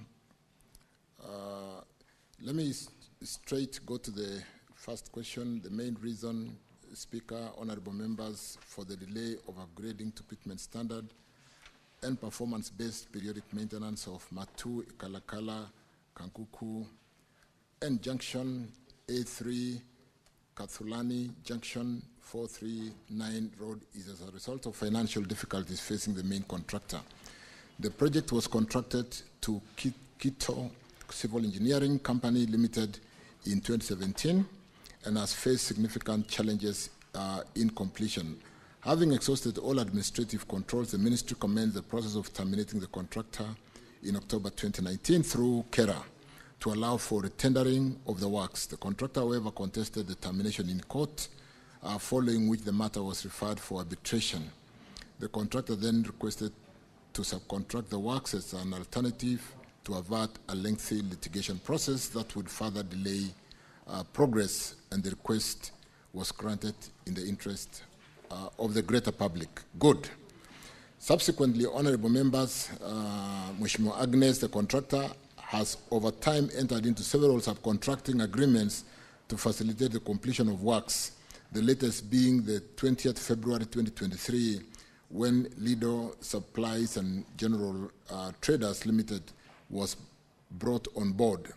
As at now, the subcontractor have collectively delivered 16 kilometers of tarmac at the Kalakala Matu and the junction A3 Katulani Junction, C439 road, section translating to 54% completion status with some 92, almost 93 months, which is really totally, that's the elapsed time. However, on March 2024, the subcontractor left site citing non-payment of dues. The ministry has recently paid a total of 88 million Kenya shillings to the contractor of the project through what we recently did to raise funds, and the subcontractor has since committed to resume works before the end of June 2025. Allow me to basically follow up and confirm that, because we did a settlement agreement to pay pending bills, and one of the conditions in the settlement agreement was resumption of works to receive that 40% payment. We are planning to pay an additional 40% before the end of this month, and it will be based on performance. So I'll be following up, Mheshimiwa Senator, to confirm that resumption has happened, because we can all agree that that has not been acceptable. But with the myriad of court processes and pending bills, with the solution having been reached through the recent payment, allow me to basically address that. On the second question, we are aware of the need to construct a structure to facilitate access along the Thika River, Galagala, Ishuko, Yakathini Road, C438 in Masinga constituency to connect in Machakos County. The road serves as a link to Ikalakala ward in accessing roads such as Mutasha, Ithanga Hills, and the larger Masinga Ndithini region. The cost of constructing an adequate structure is Kenya shillings 20 million, and the construction shall be undertaken upon availability of funding. Not a very adequate. Allow me again to pay attention to that and see how we can quickly expedite funding for this particular bridge. On the third question, I wish to state that the reference New Yanganga Bridge in Masinga Sub-County has been designed for construction as a twin cell box culvert. The ministry is aware of the importance of the structure as it links the Kayole Mataka Kikule Road in Masinga constituency, Machakos County, providing a key transport link across the New Yanganga River and improving access within the Ndithini area. The cost of constructing the structure is estimated at 15 million, and a funding request for the same has been raised for consideration. The ministry through KERA shall procure and undertake works on the structure as soon as a budgetary provision is made, and let me also undertake to follow up that, because it's one thing to build roads with no structures connecting the two roads. And on the final one, the two structures were not allocated a budget on the financial year 2024-25, since they are at preliminary pre-construction stages, including designing of the structures. But that was 2024-2025. Allow me also to check, Honorable Senator, the status in the current budget 25-26, and I will do that. I thank you. Do you have a supplementary question to that? Senator Kavindu. Yes, Madam Speaker, thank you. Sorry, my voice is disappearing, but I'll try to strain. Bwana CS, you know, like that Kadhini, in 2016, we lost 5 people. They were drowned, and to date, they've not been compensated. And those people, when they want to go to Masinga, which is their local town, they go through 3 counties. They go through Muranga, they go through Kiambu, come back to Machakos, going to Thika, if they want to go by road. And the way they cross there by just simple boats that they construct. Bwana CS, I really expect you to do something about these people of Machakos County so that they can cross those rivers in a dignified manner. The other one at Miu Yanganga, Bwana CS, those people cross there, even small children going to school across the river, they cross there in a very undignified manner, and most of them are attacked by crocodiles and hippos from the river. And if you see the cost, if you check the cost of compensating one person who has been killed by a hippo or a crocodile, is 5 million. So if we lose as many people as we are losing, we've already compensated 9 people. That is 9 times 5 million. If you do the cost of compensating the people and building the bridge, to build a bridge is cheaper than compensating the people when they die. And we are talking of school children who are crossing those rivers going to school the other side. So, Bwana CS, kindly, I hope Madam Speaker will give you maybe a very limited time to respond to this so that we can move forward and my people of Machakos can be adequately supported by this government. And this road I'm talking about was launched, I remember when I was in Jubilee. Senator Kavindu. No, let me just finish this. It's a little one. It's just a little one I'm doing. Listen, Senator Kavindu. In 2017 is when I spoke about this road. Kavindu, and this is 2025. Senator Kavindu, you need to abide when the Speaker calls you to respond.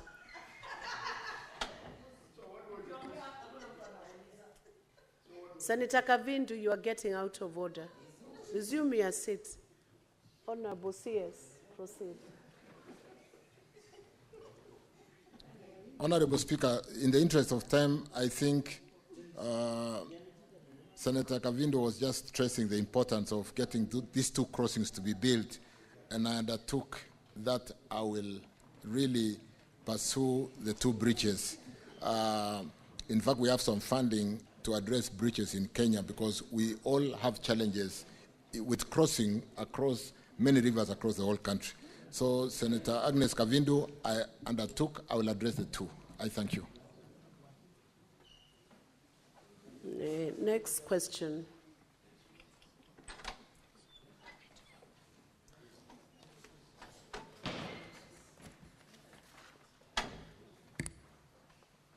And you'll be very brief, Senator Kavindu.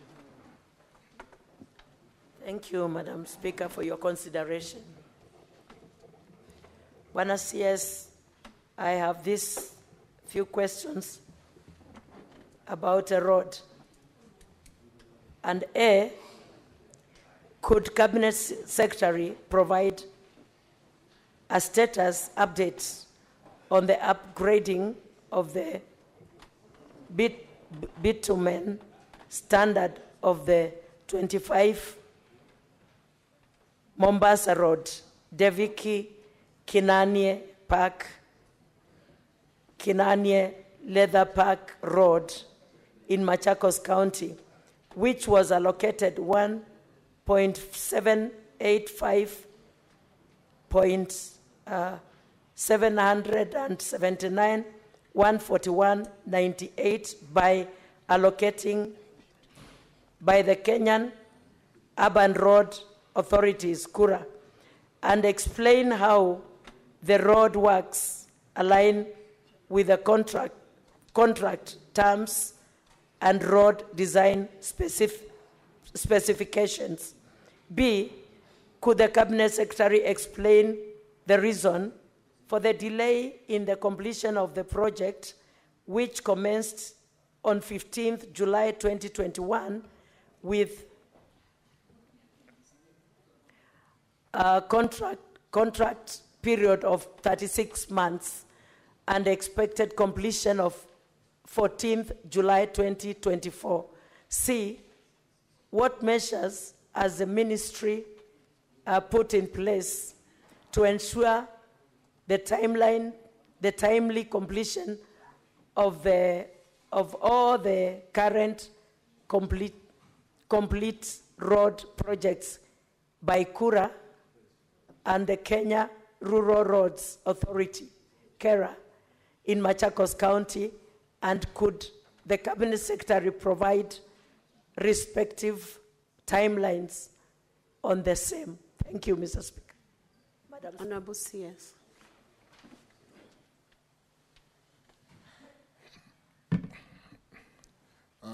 Thank you, Speaker. Thank you, honorable members. Allow me to rush through this question very quickly, because I did visit this road in the last 3-4 weeks. Defki Kanani Park, or to Kanani Leather Park, which is a big special economic zone out there in Machakos County, and which has a contractor called China Aerospace on the contract amount of 1.785. This road is a significant artery that will open job opportunities in the leather processing park, in what our president normally refers to. It's a ready market, because we need to make, to value add our leather to make shoes for our school-going children. There's a ready market from leather, which today is not processed and sometimes being fed to the dogs. And Senator Kavindu, I've been told to personally supervise that road and complete it in the next 6 months. That road has now been provided full funding, and the contractor will not stop until completion. Let me just answer that on that particular road, and I have driven on that road in the last 3 weeks. We've provided full funding. More importantly, because it's important to do the road, but we need to open Kanani Leather Park. And therefore, I want to assure you, within the next 6 months, in spite of the status of the road today, we'll complete construction of that road. I think that would suffice to answer A, B, and C. And I can undertake that because I've been told to personally take on that project to ensure that we open Kanani Leather Park. With respect to the roads which are currently going on in Machakos County, is that number C? Following the clearance of most of the pending bills, which we have just done, we didn't really complete. We paid 40%, and we are paying another 40% in a short while, maybe by end of this month. The contractor resumed works and requested an extension time, which was reviewed and approved, setting the revised completion for the project to 2026. But this is the one which I've said we are not giving up to 2026. We need to finish before the end of this, in the next 6 months, which is just by end of year. Again, because of, in the interest of time, and I see the mood of the House, I've given a schedule of all the roads in the county, very comprehensive. Allow me not to go through it. I've mentioned, for example, Kenol, Ngoleni, Kaani, Muthituni, Kaseve, with Nyoro construction, a road length of 38 kilometers, the cost of the project, what we've been able to do, and the schedule is basically clear there. You will basically see amounts that we paid in 24-25, and to the extent that we have cleared or paid 40% of the pending bills, and we have another 40% to pay for the outstanding pending bills. We are pushing contractors to get back to work and do what they must do, and allow me to basically stop on that, because the table bringing out the various roads in the county is being presented in a fairly clear way. I thank you. Thank you, Honorable CS. And I believe the second question is answered effectively. You have an extra question. I was hoping that you would not have. Do you have a supplementary?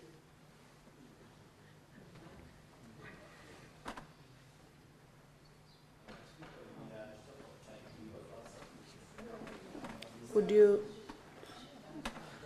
Senator Agnes, in the interest of time, just ask one question, then others can have an opportunity to ask. Proceed. Actually, I won't ask any other question. I'm satisfied.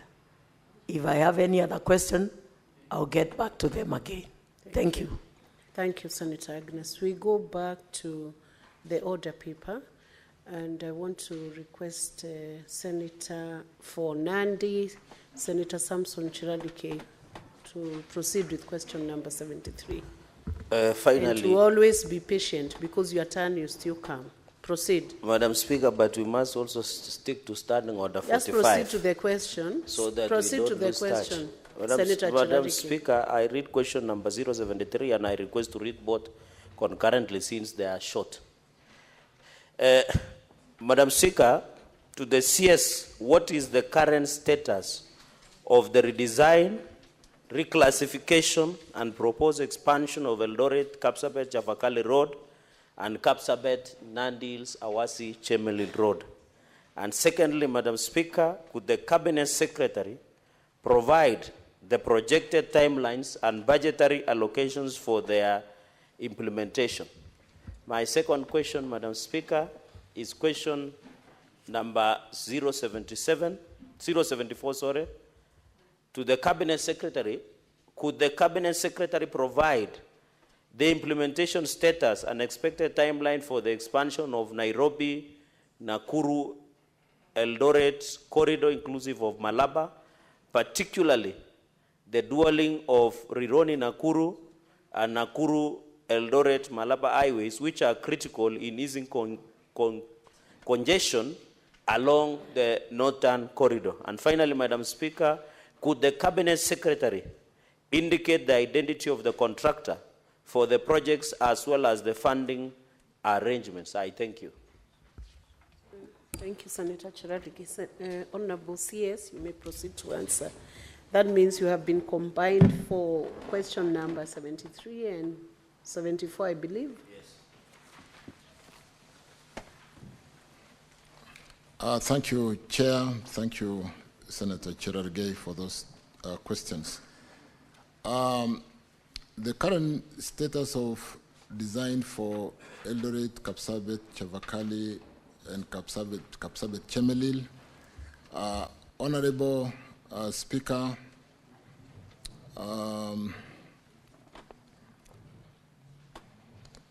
redesign, the current status of the inquired road is as follows. I thought there was a question in the written question about Moiben Junction, Eldoret Town, all the way to Mlango, the sides of what do you call the teachers college there? Mosoriot. Have you added an additional one? No, it was in the question, so allow me to answer, though the senator did not speak to it. Let me answer as follows. Kenya, though you didn't mention, but it's in the written question. Kenya has completed the design of the 55-kilometer Moiben Junction. That is towards the Iten side, though we'll go a bit towards Elgeyo Marakwet and go towards Chepkoilel University on the dualling, through Eldoret Town, through airport to Mlango shopping, but we want to come towards the teachers training college there. Did you say, is it called Mosoriot Teachers College. We think that is the place where the dualing should start. The designs have been completed. We are looking for funding to basically decongest the town and get movement of people from Mosoriot Teachers, North Mlango, all the way to Moiben Junction, and a bit towards the Iten side, and on the other side go towards Chepkoilel University. With respect to Mlango, Kapsabet, Chavakali, we don't yet have any designs, but on the first one we have designed and we are finalizing the funding. On the reclassification of Eldoret, Kapsabet, Chavakali, and Kapsabet, Chemelil Road section, this was done in 2020 from Class C to Class B, and we are currently revalidating, given the current court ruling, the recent court ruling, which kind of declared the classification of roads unconstitutional, including that Section 6 of KRB Act on the sharing of RMLF levy. So we are working on that, but that has been done and upgraded from C to B. With respect to the design of the 50, I've talked to that. Let me not repeat the Moiben Junction. I've said we're coming to the Teachers College all the way to Moiben and go towards the university and towards the 10. With respect to the maintenance of the Eldoret, Chebarbar, Kapsabet, Nandi Hills, and Kapsabet, Chepsonoi, and periodic maintenance contract for Javakali, Chepsonoi, which was also in the question paper, that is ongoing, and the works under those contracts are expected to commence shortly because they went to tender. I think we had to retender because there was a small challenge. The design of the 55-kilometer Moiben Junction, Eldoret Town Road, Airport, Mlango Shopping Road is complete. And like I said again, I don't know why I've repeated myself quite a bit on that, but we have stretched from Mosoriot all the way to what I did mention. The next question with respect to 74, let me just quickly go to 74, and because of time again, I'll spend a bit of time with Cherargei outside here because I understand that region well and we are doing quite a bit of some work there. Could the Cabinet Secretary provide implementation status and timelines for the expansion of Nakuru? Just to remind ourselves, Nairobi, Nakuru, that is Rironi. Rironi is where the current dualing ends and goes all the way to Nakuru, to Eldoret, and all the way to Malaba.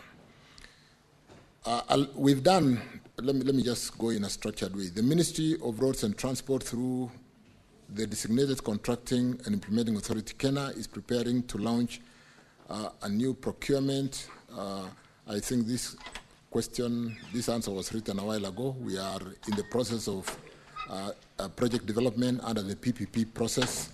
We have gotten a number of concession proponents, and they are currently going through development phase, and we expect, all going well, to break ground before the end of August for Rironi, Nakuru, Mau Summit.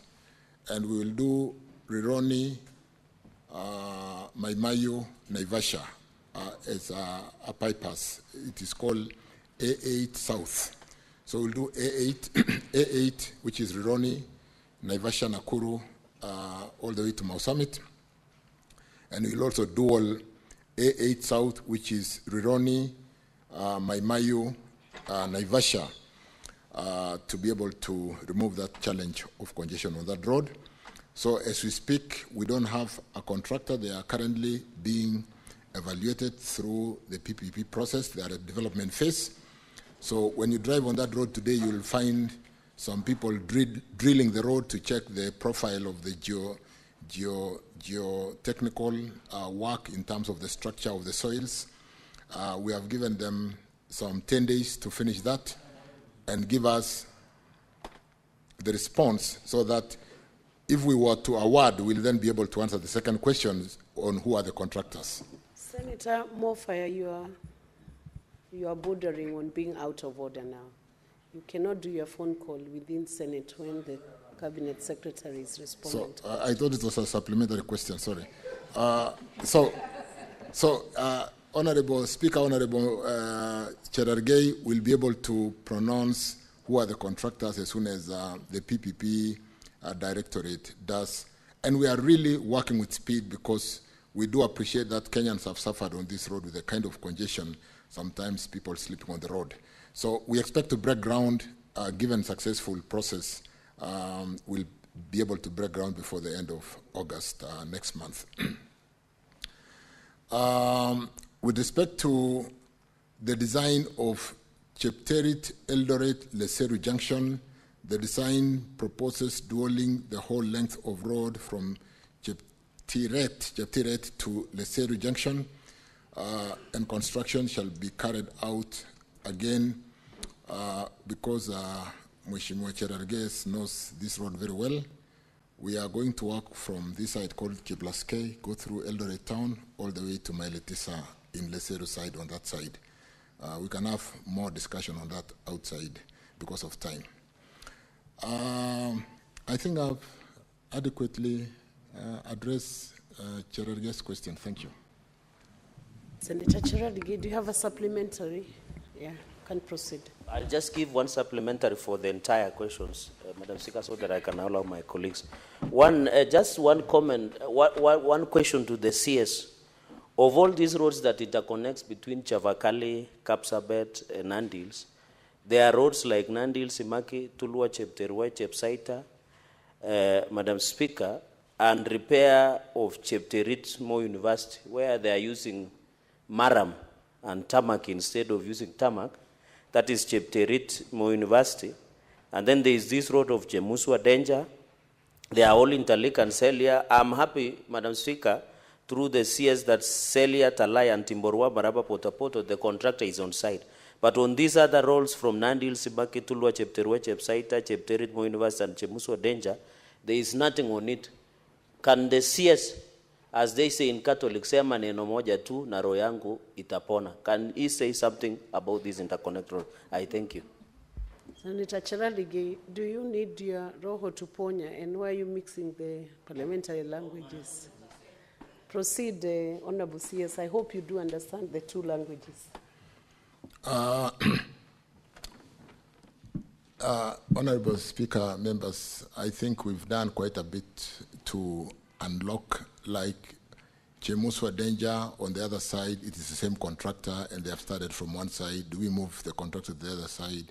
Do we get two gangs so that one gang starts from the other side? And yes, we are able to do that given the fact that we've lately paid the contractors. And I'd like to encourage members, when you drive past and meet some of these contractors, we need to talk to them. They were in a really very sorry state. We owed them money, they owed subcontractors money, they owed suppliers of cement, steel, they didn't pay salaries. But with the unlocking of that challenge, I want to confirm that, without repeating that, all those roads that Senator has talked about are funded in the current financial year. And I would like to spend some time with the Senator to confirm that. And it's the same thing across the whole country. We've really done fairly well with the unlocking of the bending bills and ensuring that every road that has a contractor has at least a milestone funding in the year 25-26 to ensure that we do not only pay them for the bending bills, but we have money to pay them for the subsequent certificates they are yet to give us. All those roads, Senator, have been funded. And I want to spend some time outside here with you sometimes to confirm that. I thank you. I'll allow Senator Joyce, Senator Boni Halwale to ask supplementary questions on that. Senator Joyce. Yeah, thank you very much, Madam Speaker.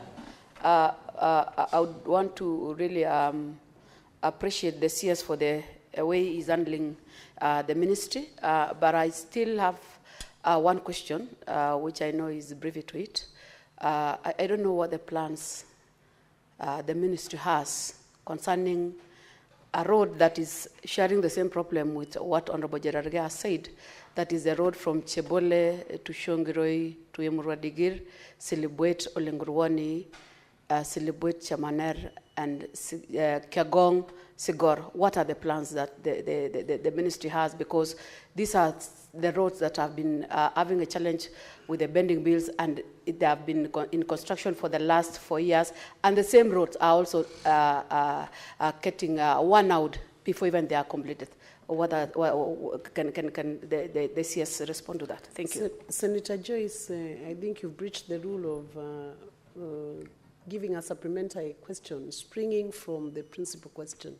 But I do not know whether those places you have mentioned are connected to the roads that Senator Cherargei asked about, and whether Honorable CS would be prepared to answer that from the top of his head without having prepared for it.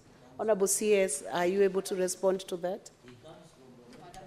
It has no relation. He's the CS for transport and roads in Republic of Kenya. So let him respond for himself. CS, Honorable CS. Thank you, Speaker. I drove on that road called Darajasita Chebole this weekend, and I think they'll finish recarpeting in the next 2 weeks. With respect to Chebole, Labotiet Digir, we are reconstructing starting this financial year. Kiogong, Sigor, Chebunyo is ongoing because of the bending bills payments. The contractor is on site, and the Senator may be aware of that. And on Silibwet, Merigi, Kapkimolu, Longisa, the contractor is on site. I think he's giving us an additional certificate. We paid the bending bills in December, and they have done 7 kilometers of tarmac, and we have money to pay, and it will continue for the next milestone. Thank you. Olengurwane, which one is that? Olengurwane to Silibwet on the other side. We also funded it in this kind of financial year, and we'll be tendering for that road to be rebuilt. I thank you. Senator, thank you, CS. Senator Boni Halwale. Madam Speaker, on question 74, dwelling Rironi all the way up to Malaba. When Cabinet first announced, you told the country that that's exactly the project you're going to do. But now, in the House, you have shifted goalposts. You are saying you'll stop at Mau Summit so as to allow you to now go to Mai Mahiu and hopefully Narok. Are you doing this, Minister, so as to once again lock out Western Kenya from this modern process? My last question, Madam Speaker, is on 73 about Kapsabet Chabakali Road. Madam Speaker, this road reaches Chepsonoi, goes to Chabakali, and goes to Shinyalu and Kakamega. The President announced 2 months ago, while at Shinyalu Market, that he's putting money on this road. Chepsonoi, Shinyalu, Kakamega. Can you confirm that this project is on and when the construction is going to start? Thank you, Madam Speaker. Honorable CS. Thank you, Speaker. Thank you, honorable members. I think the concessioning, like was asked, of a bridge is subject to an investor being able to get return on investment as to whether the road can return on the investment at a rate that is attractive to be able to build the road. And at the moment, the traffic between Rironi, Nakuru, and I think we've moved all the way to Mau Summit, is where we've gotten interest from the investors. Mau Summit, Eldoret, all the way to the border. PS Kipto has just come back from China, and Asian Investment and Infrastructure Bank has expressed interest. And so we are working on that section of the road, albeit it may not have the kind of traffic to attract investment. We'll put government funding through this Asia Infrastructure Investment Bank, which has been discussed and agreed on, and we'll be working to finalize that. Because don't forget, honorable members, or just to remind you that this is the Northern Corridor, which I just had I was hosting the Council of Ministers for the Northern Corridor Transport Corridor in Kenya last Friday. And to just remind us that Kenya is an anchor state with the advantage of Mombasa port service in Uganda, Kigali, all the way to DRC and South Sudan. It is in our interest to open the corridors so that we do the transit trade and take advantage or competitive opportunity as a country while we service those countries. So it's in our interest to build that corridor to complete at the border. And then, like I said, Asian Infrastructure Investment Bank is working with us on that road, on that section of the road. With respect to this road from Kapsabet going all the way to Chepsonoi and to Kakamega, again, we can have a discussion outside here. It is funded. It is currently, I think tenders have just closed, so they're closing tomorrow. And it was retendered. We'll award and quickly start building that road to pitman standard. Thank you. So I confirm funds are available. It has been tendered, it's been designed, it's been tendered. Unfortunately, the first tender had a challenge and it was retendered. And we'll seek to award this time round and get the contractor and start building that road. Thank you, Speaker. Thank you, honorable members. Thank you, and I appreciate coming to really lay clarity on any areas on the road infrastructure for this country. Thank you, Speaker. Thank you, Honorable CS. We'll now go to question number 88.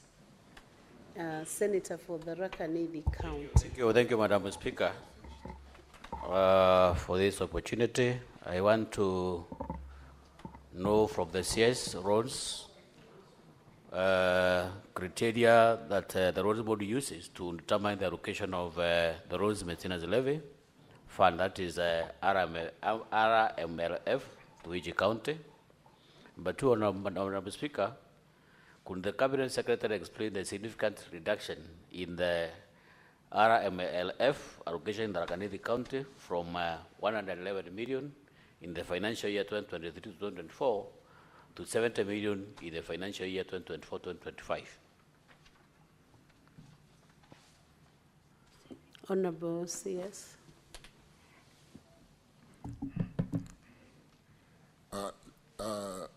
Honorable Speaker, I actually thought we had finished, but let me go through this very quickly. The road maintenance levy is allocated in accordance with the criteria provided in Kenya Roads Board Act 1999, I think Section 6. From 2015 to 2016, 2020 to 2021, the road maintenance levy was allocated to the roads agencies as tabulated in that table, 40% to Kenya, 21.8% to Kenya Rural, and Kenya Urban had 10.2%. County governments had 15%. Allocation, which was a special for emergencies and for disaster, and which sat in the CSS office, was 10%. Kenya Wildlife Service was 1%, and 2% for Kenya Roads Board, totaling 100%. Effective July 2021, honorable members, the conditional RMLF allocation to counties was discontinued with the National Treasury, including this allocation as part of the equitable share of revenue to counties. The 15% road maintenance levy fund allocation to counties therefore reverted to Kera and Kura, because you know this RMLF is a conditional, it's really a levy for maintaining roads, and it can only be used for roads, and therefore otherwise it can only be a conditional grant. The county governments additional allocation bill 2024 proposed to allocate some 10.522 to 11853 that is 10 billion, 10.5 billion from RMLF to the 47 counties in the financial year 2024-2025. A formula for determining the quantum allocation to each of the 47 counties was therefore developed under a multi-agency approach that included the Commission of Revenue Allocation, National Treasury, and the Kenya Roads Board. The formula took into account 5 factors, including basic equal share, length of the road, network, and proportion of paved and unpaved road in each county, the climate condition, the soil types, the rural index, which include including the traffic on the roads, the class of the road, which is not mentioned here, and all those factors, all those are factored in the formula as drivers to the allocation. Each of those factors, honorable members, was assigned weights as tabulated in that table, which I don't wish to go through, in terms of weight of main criteria and sub-criteria and weight of and percentages thereof. These criteria were to take effect in the financial year 2024-25 in the event that the county governments were to benefit from the road maintenance levy allocation. However, the proposed allocation of 10.5 billion was the subject of dispute between the National Assembly and the Council of Governors, resulting in a court case that was determined sometimes last month, in November 2024, Kenya Roads Board dispersed 3.682,774,149 billion to, or 3.68 billion to counties using the formula, with Tharaka Nithi receiving 55.9 million as shown in the response there. Kenya Roads Board honorable members did not allocate funds to counties in the financial year 23-24. Going forward, Kenya Roads Board may resume allocating roads maintenance levy to the counties based on the guidance of this House and the High Court. But let me hasten to say there's been further development since I gave that response to the House, that after the court ruling, we are working with the National Assembly and will be coming to the Senate to agree on the formula and the sharing, because the court did declare Section 6 of the KRB Act, which has that formula, unconstitutional.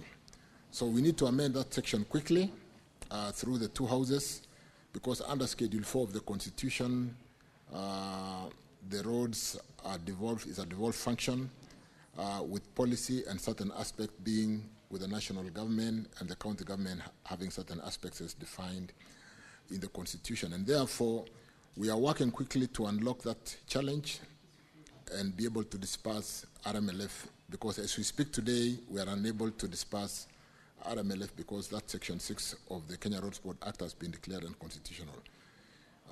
Speaker, I would like to conclude by stating that the High Court recently, like I've said, declared Kenya Roads Board Act unconstitutional with respect to some sections, Section 6, and I think Section 47, on the classification of roads, in as far as it excludes counties in the share of road maintenance levy fund. The State Department of Road is working closely with the Attorney General, like I said, the National Assembly, and will be working very closely with the Senate, because that is a bill amendment or an amendment that basically will require passage by Senate, and if we work closely together so that we avoid mediation, we'll be able to unlock that challenge and be able to disperse RMLF to support, manage our roads, which are not in very good state, particularly after the April rains. Let me stop there and thank the House again for inviting me, and Honorable Chair, I can take any. You are not yet done until you are discharged by the Chair. You still have a supplementary question from Honorable Gataya. You have Senator Gataya. Honorable Speaker, I have captioned Honorable CS mention about a formula which has all through proved to be very discriminative. Because, Honorable Speaker, Madam Speaker, If you go to the Tharaka-Nithi, we have very many stoned road projects. I'm very sure Honorable Waziri is aware. He must be aware of a road which originates from some parts in Tharaka. This is Gatonga, Marimandi, Chakariga. This road that is stalled for close to 15 years.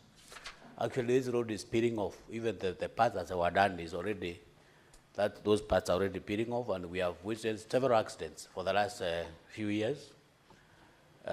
We also have a road from Mutindwa, Kombogori, all the way to Itombani in Ichogoria, and several other roads, Madam Speaker, that have stalled out of this discretive formula, which has neglected some part of the country, including the Tharaka-Nithi. So what is this the minister is doing to make sure that we have equality, we have balanced the distribution of these funds to make sure that every part of this country is served equally, to make sure that all the roads are done, because we have seen some parts of this country terribly neglected in terms of road network. What is your ministry doing to make sure that we balance the equation, to make sure that everybody benefits? CS, you can proceed to answer that.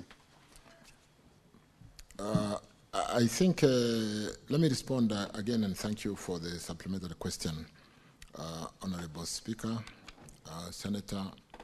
With respect to really, when we spend time to see what we've been able to do with securitization of a portion of the road maintenance levy in line with Section 32 of KRB Act, Section 32 of RMLF Act, Section 32 of RMLF Act, we've been able to raise funds and address some of the challenges facing our roads. A number of them were bending bills, a number of them were maintenance challenges, because the maintenance vote alone from RMLF may not be adequate to maintain all our roads. And I want to confirm that the formula that has been developed to take care of length of roads, the traffic on the roads, the class of the road, and so on and so forth, will distribute, is basically meant to share the revenues from RMLF between the national government for purpose of maintaining national roads, depending on the class of the road, and the county government, and we are quickly working through that amendment so that we can unlock the challenge. But like I said, that securitization has unlocked a lot of challenges and given us a liquidity to address some of the challenge roads like Chakarika, Marimanti, Katunga, the 36-kilometer road, which is in a bit of a state of disrepair. And I want to confirm to the Senator that this road has received attention, and in this financial year, we'll start recarpeting that road. Among us, the many other projects within that county of Tharaka-Nithi that is receiving attention, like all the other counties in Kenya. And so I can confirm that Chakarika, Marimanti, Katunga, 36 kilometers will be recarpeted this financial year. I thank you. Thank you, CS. Senator George Bugwa.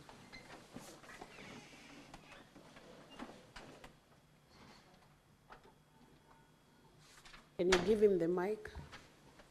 Thank you, Madam Speaker. CS, in the previous financial year, there was some money which were allocated and disbursed to counties, but they didn't clear pending bills for the contractors. What is your ministry doing through the Kenya Roads Board to ensure that the counties don't start new projects before they pay the pending bills for the work which was done previously? Thank you. CS.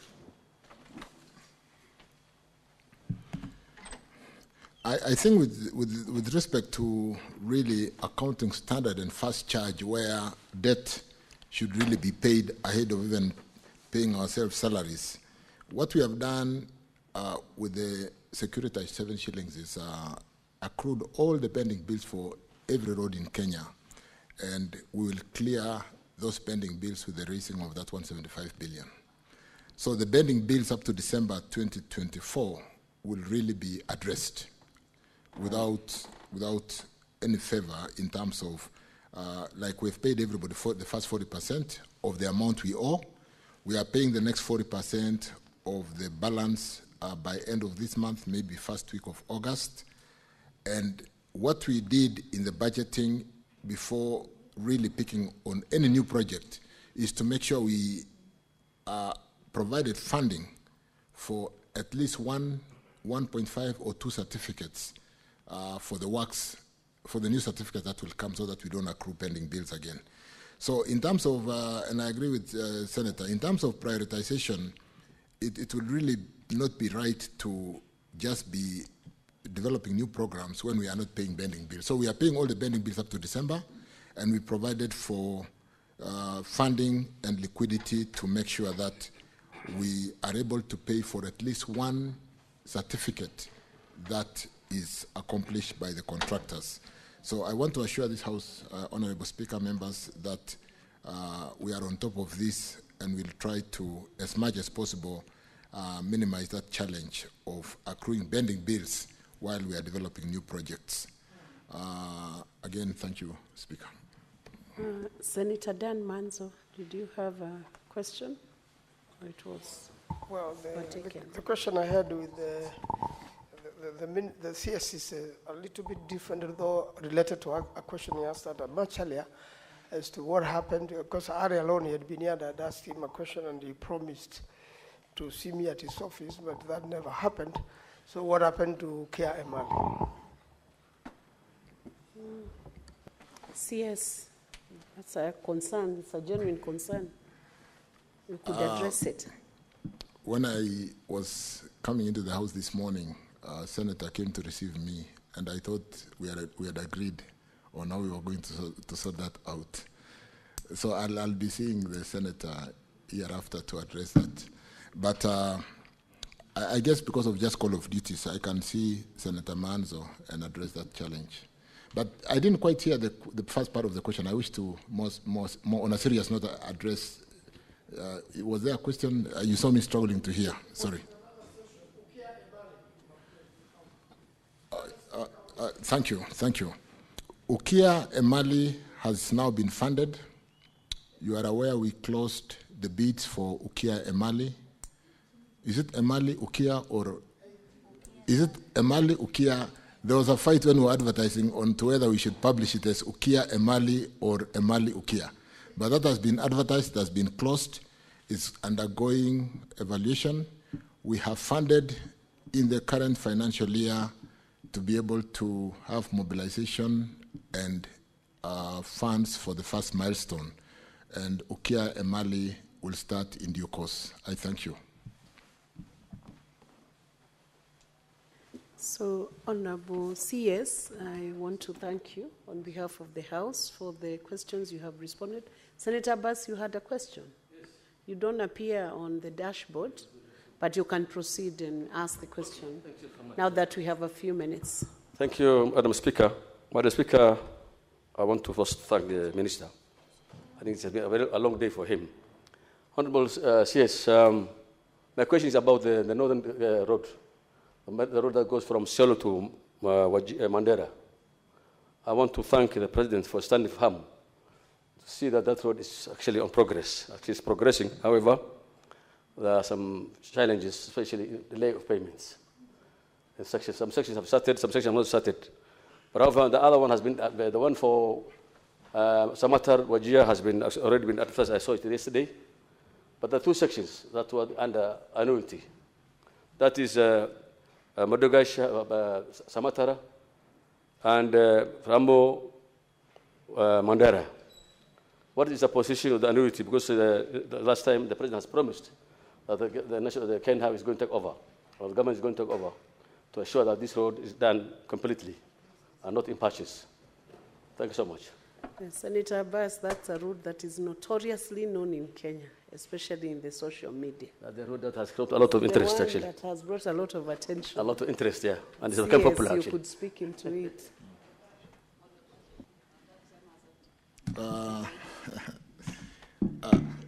Yeah, there's a lot of work happening here. This corridor, honorable members, totals about 766 kilometers, quite a lengthy road. Starting from Meru, or this end Isiolo, going all the way, like Abbas says, ending in Mandera East. where we have that annuity section, Ramu Mandera, which was under annuity, including Samata Modogashe, which is also under annuity. I will have a meeting this afternoon. We are moving from annuity, we are finalizing annuity, moving from annuity to EPC. We have done one road from annuity to EPC, the one in Taita Taveta. And then we have, we just basically cutting and pasting what we did for Taveta illicit Njukini. And so the movement, we had a challenge between the two contractors of this road, a company which had a local component, and we have resolved that challenge. We will move quickly because this is the section that is likely to cause delay to move Ramu Mandera and Modogashe Samata to EPC, and we will award probably through unlimited, what do you call, the specially permitted procurement method, because there was already a contractor, and start that section of the road. You will have noted that the other section of the road, which was in the papers just the other day, is that section where we had the Arab funding, and which we really need to close quickly. That is the section between Samata to Ajia. Those are the only challenge two sections, and I have instructions to make sure that the whole corridor is open at the same time. So we'll accelerate Modogashe Samata and Ramu Mandera to move from annuity to EPC and work with the Arab Bank on what we advertised yesterday to finish Samata to Ajia, and the whole corridor will have contractors. We have resolved the insecurity challenges. I think we have really attention from our forces inspecting and supervising the construction. The section, for example, like Isiolo Kulamawe or Kulamawe to Modogashe, with this contractor called China State Construction, there's very good progress, and today at about 45% completion. So there's very good work on this corridor that will open our northern part of Kenya to be like the rest of Kenya. Thank you, Chair. Thank you, members. Thank you. Senator Issa Boy, I'll give you almost like 1 minute only to ask. Thank you, Madam Speaker. My question is just a very simple one. There is a road from Lunga Lunga to Vanga, Mr. Minister, but that road from Vanga to Lunga Lunga, there is just 1 kilometer to reach Vanga. It's almost now 4 years. It has not been completed. That's my question, please. Please comment on that road within a minute. I don't have the details on Lunga Lunga to Vanga, but I can tell you on any road with a contractor at the moment, because of the bending bill challenge. Let me pick up that, check. 1 kilometer should not be a big issue, particularly if there's been a contractor and the issue is a bending bill. I can, because we've paid each and every contractor the first 40%, we are paying the next 40% in a short while. And the settlement agreement we did with the contractors where they go back to work.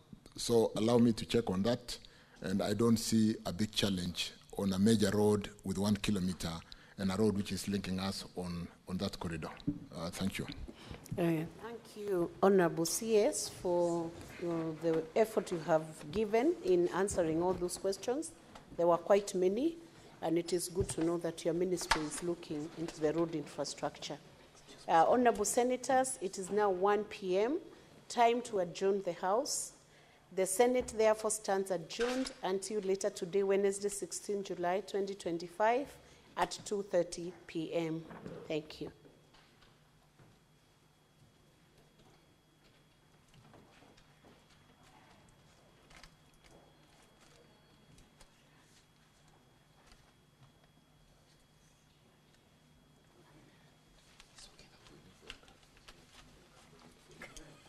Joyce.